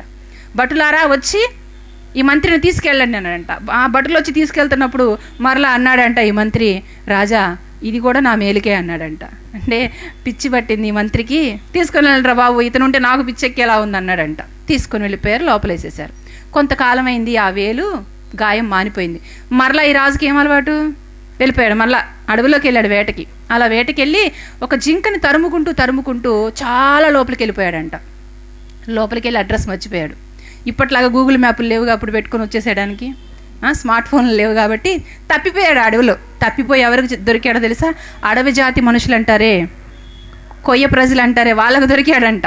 ఇప్పుడు వాళ్ళు ఏం చేస్తున్నారంటే వాళ్ళ దేవతకి బలి ఇవ్వడానికి ఒక నరబలి కావాలని ఒక మనిషి కోసం తిరుగుతున్నారంట 3 రోజుల నుంచి. ఇతను దొరికాడు, తీసుకుని వెళ్ళారు, చెట్టుకు కట్టేశారు. ఆ ప్రాసెస్ అంతా చేస్తున్నారు బలి ఇవ్వడానికి. ఈ రాజు అంటున్నాడు, అరుస్తున్నాడు, కోప్పడుతున్నాడు, రే నేను ఎవరు అనుకుంటున్నారు రా, నేను రాజుని రా, నన్ను వదిలిపెట్టేయండి రా అంటున్నాడంట. నువ్వు రాజు అయితే మాకేంటి, ఏమైతే మాకేంటి, నువ్వు ఒక నరుడివి, ఈరోజు బలిచ్చేస్తాం బొమ్మకి అంటున్నారంట. అన్నప్పుడు చాలా భయపడిపోయాడంట. ఇంక ఈ రోజుతో లాస్ట్ ఇక అనుకున్నాడంట. అలా అనుకున్నప్పుడు ఆ ప్రజల్లో ఒక పెద్ద ఆయన వచ్చి ఈ రాజుగారిని అంతా పరిశీలించారంట, తల దగ్గర నుండి పాదం వరకు. అలా పరిశీలించినప్పుడు ఒక వేలు లేదంట. బలిచ్చే వ్యక్తికి ఏముండాలి అంటే ఏ లోపం ఉండకూడదు, అన్నీ ఉండాలి, అన్నీ ఉంటేనే బలికి అర్హులు. వెంటనే ఆ పెద్ద ఆయన అన్నాడంట, అన్నీ ఆపేసేయండి అర్జెంటుగా అన్నారంట. అవన్నీ వాయిస్తూ ఉన్నారు కదా, ఆపేశారంట. ఆపేగానే ఏం జరిగింది, ఏమైందంటే ఈ వ్యక్తికి ఒక వేలు లేదు గనక ఇతడు బలికి పనికిరాడు, ఇతను వదిలేయండి అన్నారంట. కట్లు ఉడదీగానే ఇక చావు బతుకుల మీద పరిగెత్తుకుంటూ వచ్చేసారంట. వచ్చినప్పుడు రాజుకు ఒక మాట గుర్తొచ్చిందంట. మంత్రి అన్నాడు కదా, రాజా ఇది నీ మేలుకే అని. మంత్రి గుర్తొచ్చి మంత్రి మీద చాలా ప్రేమ వచ్చేసి హడావుడిగా ఇంటికి వెళ్ళిపోయి, అంతఃపురంలో కూడా వెళ్ళకుండా జైల్లోకి వెళ్ళిపోయి ఆయన బయటికి పిలిపించారంట. పిలిపించినప్పుడు అంటున్నాడంట రాజు, మంత్రి ఆ రోజు నువ్వు చెప్పిన మాట నిజమేనయ్యా, ఈరోజు నా వేలు లేకపోవడం వల్ల నా ప్రాణం నిలబడింది అన్నాడు. అవునా రాజా, చాలా సంతోషం, మంచిది అన్నాడంట. అయితే మంత్రి నాకు ఇంకొక డౌట్ ఉంది, నువ్వు జైల్లోకి వెళ్ళేటప్పుడు ఇది కూడా నా మేలుకే అన్నావు కదా, నువ్వు జైల్లోకి వెళ్ళటం నీకెలా మేలు అన్నాడంట. అప్పుడు మంత్రి అన్నాడంట, రాజా నువ్వు ఒకవేళ నేను బయట ఉంటే నన్ను కూడా తీసుకుని వెళ్తావు, నీకు వేలు లేదు కనుక నిన్ను వదిలేశారు, నాకు అన్నీ ఉన్నాయి కనుక నిన్ను వదిలేసి నన్ను వేసేసేవాళ్ళు ఆ ప్లేస్లో, కాబట్టి ఇది నా మేలుకే అన్నాడంట. అంటే ఇప్పుడు ఈ కథను బట్టి, చిన్న కథను బట్టి మనకేమర్థం అవుతుంది, ఏమి జరిగినా అలా అనుకొని దేవుణ్ణి స్తుతిస్తే మనం దీవించబడతాము, ఆశీర్వదించబడతాము, మన కుటుంబాలకి క్షేమం. ఓకేనా? ఇక 3వ పరిచర్యలోనికి వచ్చేస్తాను నేను. ఎల్లప్పుడూ కూడా మనం దేవుణ్ణి స్తుతించే వారిగా ఉండాలని హన్నమ్మ జీవితం మనకు తెలియజేస్తూ ఉంది. ఇక 3వ పరిచర్య ఏంటంటే 38వ వచనాన్ని మరలా ఒకసారి చదువుదాం. ఆమె కూడా ఆ గడియలోనే లోపలికి వచ్చి దేవుని కొనియాడి యెరూషలేములో విమోచన కొరకు కనిపెట్టుచున్న వారితో ఆయనను గూర్చి మాటలాడుచుండెను. అంటే ఏం చేస్తుంది, ఎవరు ఆయన? నేను ముగించేస్తా, లాస్ట్కి వచ్చేసా, ఇంకొక 2 మినిట్స్లో ముగించేస్తా. ఎవరైనా యేసుక్రీస్తు ప్రభువారు. అంటే యేసుక్రీస్తు ప్రభువారి గురించి మాట్లాడుతుంది అంటే సువార్త ప్రకటిస్తుంది. అంటే ఈవిడ చేస్తున్న 3వ పరిచర్య ఏంటంటే ప్రకటించే పరిచర్య. ఏం ప్రకటిస్తుంది? ముసలమ్మ ముచ్చట్లు కాదు. సాధారణంగా ఆడవాళ్ళు ఏం ప్రకటిస్తుంటారు ఎక్కువగా? ముసలమ్మ ముచ్చట్లే. మనం చూడండి, ఆడవాళ్ళు ఎక్కువ ముచ్చట్లు చెబుతారేమో, అందుకే ముసలయ్య ముచ్చట్లు ముసలమ్మ ముచ్చట్లు అన్నారంటే ఆడవాళ్ళకి ముచ్చట్లు చెప్పే అలవాటు ఉంది కనుకనే ఆ మాట అన్నారేమో. నిజమేనండి, ఆడవాళ్ళకి మాట్లాడే కెపాసిటీ ఎక్కువ మగవాళ్ళతో పోలిస్తే. ఒక రోజులో ఆడవాళ్ళు 20,000 మాటలు మాట్లాడితే మగవాళ్ళు 10,000 మాట్లాడగలరంట. అంటే దేవుడు మనకు టాకింగ్ పవర్ ఎక్కువ ఇచ్చాడు. దేవుడు మాట్లాడే శక్తిని స్త్రీకి ఎక్కువ ఇచ్చాడు కనుక ఏం చేయాలి, మనం ఆయన గురించి ప్రకటించాలి. కానీ మనం ఏం చేస్తున్నాం, ముసలమ్మ ముచ్చట్లు పెట్టి అరుగుల మీద కూర్చొని ఆ సీరియల్లో ఏం జరిగిందో తెలుసా, ఈ సీరియల్లో ఏం జరిగిందో తెలుసా, వాళ్ళ ఇంట్లో ఏం జరుగుతుందో తెలుసా, వీళ్ళ ఇంట్లో ఏం జరుగుతుందో తెలుసా. అంటే ఇవన్నీ మనకెందుకు, ముందు మన ఇంట్లో ఏం జరుగుతుందో మనం తెలుసుకోవాలి. చాలామందికి సీరియల్స్ పిచ్చి, సీరియళ్ళ గురించి మాట్లాడుకుంటారు, సినిమాల గురించి మాట్లాడుకుంటారు. ఎందుకు? దేవుడిచ్చిన సమయాన్ని వృధా చేసుకోవడం, దేవుడిచ్చిన ఎనర్జీని వృధా చేసుకోవడం ఎందుకు? దేవుని గురించి మాట్లాడండి. ఎవరికైనా దేవుని గురించి చెప్పండి. యేసుక్రీస్తు ప్రభువారే నిజమైన దేవుడు, ఆయన నమ్ముకోండి, ఆయన దగ్గరికి రండి, మీ కుటుంబానికి క్షేమం, మీ ఆత్మలు రక్షించబడితే అని నోరు తెరిచి 4 మాటలు దేవుని గురించి మనం చెప్పలేకపోతున్నామంటే మనం ఎలా అవుతాం క్రైస్తవులమే? బాప్తిజము తీసుకున్న ప్రతి ఒక్కరి మీద దేవుడు పెట్టిన బాధ్యత ఏంటో తెలుసా? సువార్త ప్రకటించాలి. యేసుక్రీస్తు ప్రభువారు ఈ లోకానికి వచ్చి 33.5 సంవత్సరాలు మన కోసం ఏ పాపం లేకుండా ఆయన బ్రతికి ఆ కలువరి శిలువలో మన కొరకు ప్రియ ప్రభువు ప్రాణం పెట్టి సమాధి చేయబడి పునరుద్ధానుడై తిరిగి లేచి ఆయన ఆరోహణమై వెళ్ళిపోయేటప్పుడు ఏం చెప్పాడో తెలుసా? ఆయన దగ్గర ఉన్న వాళ్ళకి చూడండి, మార్కు గారు రాసిన సువార్త 16వ అధ్యాయము 15వ వచనం. మార్కు గారు రాసిన సువార్త 16వ అధ్యాయము 15వ వచనం. మరియు మీరు సర్వలోకమునకు వెళ్ళి సర్వ సృష్టికి సువార్తను ప్రకటించుడి, నమ్మి బాప్తిస్మం పొందిన వాళ్ళు రక్షింపబడతారు, నమ్మని వారికి శిక్ష విధింపబడుతుంది. బాప్తిస్మం తీసుకొని ప్రభు బల్లలో చేయి వేస్తున్న మనందరి మీద ఒక బాధ్యత పెట్టాడు దేవుడు. ఇక్కడ ఈ మాట మాత్రమే, కొరింథీ పత్రికలో మరొక మాట ఉంటుంది, సమయం లేదు కాబట్టి నేను చూపించట్లేదు. ఎవరైతే ఆయన శరీరాన్ని తిని ఆయన రక్తాన్ని తాగుతారో వాళ్ళు ఏం చేయాలంట? ఆయన వచ్చు వరకు ఆయన మరణాన్ని ప్రచురించాలి. ఒకవేళ అలా ప్రచురించకపోతే మనం అయోగ్యులమైపోతున్నాము, మనం శాపగ్రస్తులమైపోతున్నాము. స్త్రీ అని పురుషుడని భేదం లేదు, చిన్నవాళ్ళు పెద్దవాళ్ళు వృద్ధులని భేదం లేదు. ప్రతి ఒక్కరూ కూడా ప్రభువుని విశ్వసించిన వారు, ప్రభు రక్తంలో కడగబడిన వారు ఏం చేయాలి అంటే సువార్త ప్రకటించాలి, ఆయనను గురించి ప్రకటించాలి. ఇక్కడ ఏం చేస్తుంది? 84 సంవత్సరాల వయసులో యెరూషలేము దేవాలయంలో ఉంటూ వస్తున్న వాళ్ళందరికీ, అంటే ప్రభు ఈ లోకానికి రాకముందు నుంచే ఆవిడ ఏం చేస్తుందో తెలుసా? ధర్మశాస్త్రంలో మెస్సయ్య వస్తాడు, మన పాపముల నుండి మనల్ని విడిపిస్తాడు అని దేవుడు ప్రవక్తల ద్వారా ప్రవచించారు కదా. ఆయన రాబోతున్నాడు, ఆయన ఈ తరంలోనే రాబోతున్నాడు, ఈ కాలంలోనే రాబోతున్నాడు, ఆయన కొరకు కనిపెట్టండి అని అనేక మందికి బోధించింది. అంత మాత్రం కాదు, ప్రభు వచ్చిన తరువాత ప్రభువునంటే ఆవిడ ఏం చేసింది? ఎత్తుకుందంట. ప్రభువుని ఎత్తుకొని ముద్దాడే ధన్యతని పొందుకుంది. అంటే కారణం ఏంటో తెలుసా? ఆవిడ దేవుని కోసం ఆవిడ చేసిన త్యాగం, ఆవిడ జీవితాన్ని దేవునికి అంకితం చేసిందండి.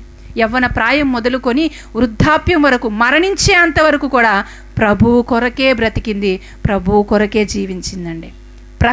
ప్రభువుని ప్రకటిస్తూ బ్రతికిందంట. నిజమండి. దేవుని గురించిన మాటలు ప్రతిరోజు మనం ఒక్కళ్ళకైనా సరే చెప్పాలి. అలా చెప్పాలంటే మనం ఏం చేయాలి? మనం నేర్చుకోవాలి. ముందు మనం నేర్చుకుంటే సరిపోతుందా? నేర్చుకున్న మాటల ప్రకారంగా, విన్న మాటల ప్రకారంగా ఏం చేయాలి? మనం బ్రతకాలి. అలా బ్రతకకుండా మనం 100 మాటలు చెప్పినా సరే, బ్రతుకుతూ ఒక్క మాట చెప్పినా, అది వాక్యానుసారమైన జీవితం జీవించాలండి. అలా ఉన్నప్పుడే మారుతారు. మన ప్రవర్తన బాగలేకుండా, మన జీవితాన్ని బాగులేకుండా ఎన్ని సంవత్సరాలు మనం ప్రార్థనకు వస్తూ అనేక మందిని పిలిచినా ఎవరు రారు. చాలామంది మేధావులు అంటారు కదా, మాకు యేసుక్రీస్తు ప్రభు అంటే ఇష్టమేనండి, ఆయన మంచి దేవుడు, కానీ క్రిస్టియన్స్ అంటే మాకు ఇష్టం లేదు. I love Jesus but I hate Christianity అన్నాడు ఒక ఆయన. తెలుసా? అంటే ప్రభు అంటే ఇష్టమే లోకానికి, కానీ ప్రభువుని వెంబడించే మనం అంటే బాగుంటుంది, మనం అంటే ఇష్టం లేదు. ఎందుకని ఇష్టం లేదు? ప్రభువు లాంటి జీవితం మనకి లేదు. మనల్ని బట్టి దేవుని నామానికి ఏమొస్తుంది? అవమానం వస్తుంది. అలా ఉందా ఒకవేళ మన జీవితం? అలా ఉంటే నువ్వు ఎన్ని సంవత్సరాలు ప్రకటించు, రారుగాక రారు. నీ ఇంట్లో వాళ్ళని నువ్వు మార్చుకోలేవు, అంతే. మన ప్రవర్తన ఎప్పుడైతే పరివర్తన చెందుతుందో, మన బ్రతుకులు ఎప్పుడైతే మారుతాయో, మన నడక, మన నడవడిక, మన మాట, మన చూపు, మన ఆలోచన సమస్తం ఎప్పుడైతే మనం మార్చుకొని ప్రభువుకి ఇష్టలుగా బ్రతుకుతూ ఉంటామో, అప్పుడు నువ్వు పిలవకపోయినా వస్తారు. తెలుసా మీకు? ప్రవర్తన ద్వారా ఒక ఆత్మ రక్షించబడుతుంది. పేతురుగారు పత్రికలు అంటారు కదా, పేతురుగారు ఏమని? మీ భార్యలైన వారు మీ భర్తల్ని మీ ప్రవర్తన, మీ పవిత్ర ప్రవర్తనను బట్టి వారిని మీరు రాబట్టవచ్చు. కాబట్టి మన జీవితాలను మనం మార్చుకొని దేవునికి ఇష్టలుగా మనం బ్రతుకుతూ దేవుని వాక్యాన్ని ప్రకటిస్తే ఖచ్చితంగా ప్రజల్లో మార్పు అనేది వస్తుంది. ప్రియులారా, ఇక్కడ అన్నమ్మ గారు చేసినటువంటి ఈ 3 పరిచర్యలు ఎంతో విలువైనటువంటి పరిచర్యలు. ప్రార్థించే పరిచర్య, స్తుతించే పరిచర్య, ప్రకటించే పరిచర్య. నిజంగా ఆవిడ జీవితాన్ని దేవునికి అంకితం చేయడాన్ని బట్టి దేవుడు ఆవిడకి ఇచ్చిన ధన్యత ఏంటో తెలుసా? ఆవిడ ప్రవక్తిని. ఎవరావిడ? విధవరాలి స్థితి నుండి ఆవిడ ఏ స్థితికి వెళ్ళిపోయింది? ప్రవక్తని స్థితికి ఎదిగింది. అంటే ఇది ధన్యత కదా నిజంగా. బైబిల్ గ్రంథంలో ప్రవక్తలు చాలామంది ఉన్నారు. అంటే పురుషులు చాలామంది ప్రవక్తలు కనిపిస్తారు, కానీ స్త్రీలలో ప్రవక్తనీయులు మనకి చాలా తక్కువ మంది కనిపిస్తారు. వేళ్ల మీద లెక్క పెట్టవచ్చు. వారిలో కొంతమంది పేర్లు చెప్తారా? మిరియాము మొట్టమొదటి ప్రవక్తని ఆవిడే. మిరియాము, దెబోరా, హుల్దా, నోవద్య, అన్నా, ఫిలిప్పు కుమార్తెలు కూడా ప్రవచిస్తారు కదా, ఫిలిప్పు కుమార్తెలు, ఆ తర్వాత యెషయా గారి యొక్క భార్య కూడా ఆవిడ ప్రవక్తిని అని రాయబడి ఉంటుందన్నమాట. అంటే స్త్రీ ప్రవక్తినులు చాలా తక్కువ మంది ఉన్నారు. ఆ తక్కువ మందిలో ఒకరెవరంటే అన్నమ్మ గారు. నిజంగా ఈవిడ జీవితం ధన్యకరమైన జీవితమే కదా, ధన్యకరమైన జీవితమే కదా. ఎలా అయింది? లోకంలో పాపంలో పడి వెళ్ళిపోయినట్టు అయ్యేది కాదు. భర్త చనిపోయిన తర్వాత తన భర్త చనిపోయినా సరే దేవునికి దగ్గరగా వచ్చి దేవాలయాన్ని విడిచిపెట్టకుండా ప్రార్థనల చేత విజ్ఞాపనల చేత దేవుణ్ణి స్తుతిస్తూ దేవుని గురించి ప్రకటిస్తూ ఉండడాన్ని బట్టి ఈవిడ జీవితం ధన్యకరంగా మార్చబడింది. మన జీవితాలు కూడా దేవునికి ఇష్టంగా మారాలి అంటే, ధన్యుల జాబితాలోనికి మనం కూడా వెళ్ళాలి అంటే, మనము కూడా ఇటువంటి భక్తి జీవితాన్ని కలిగి ఉండాలని కోరుకుంటూ మన జీవితం దేవునికి దేవాలయానికి మనం అంకితం చేసేవారిగా ఉండాలి, కానీ లోకానికి పాపానికి అంకితం చేసి నరకానికి వెళ్ళేవారిగా మనం ఉండకూడదు. కాబట్టి మంచి నిర్ణయం తీసుకుందాం. ఈ రాత్రికాల సమయంలో చిన్నమాట ప్రార్థన చేసుకొని సమయాన్ని సేవకులకు అప్పగిద్దాం. సకల ఆశీర్వాదాలకు కారణభూతుడైన మా కన్న తండ్రి, మహోన్నతుడా, సర్వోన్నతుడా, సర్వశక్తి కలిగిన మా ప్రభువా, మీకు స్తోత్రాలు నాయన. ఈ రాత్రికాల సమయంలో స్త్రీలుగా ఉంటున్న మమ్మల్ని అందరినీ ప్రేమించి నైనా మీరు మాకు తెలియజేసిన విధానాన్ని బట్టి విషయాలను బట్టి మీకే స్తుతులు స్తోత్రాలు తెలియజేసుకొనిచున్నాం. అన్నమ్మ గారి జీవితాన్ని మా కళ్ళ ముందు ఉంచారు నాయన. అవును తండ్రి, మీరు ఇచ్చిన ఈ విలువైన జీవితాన్ని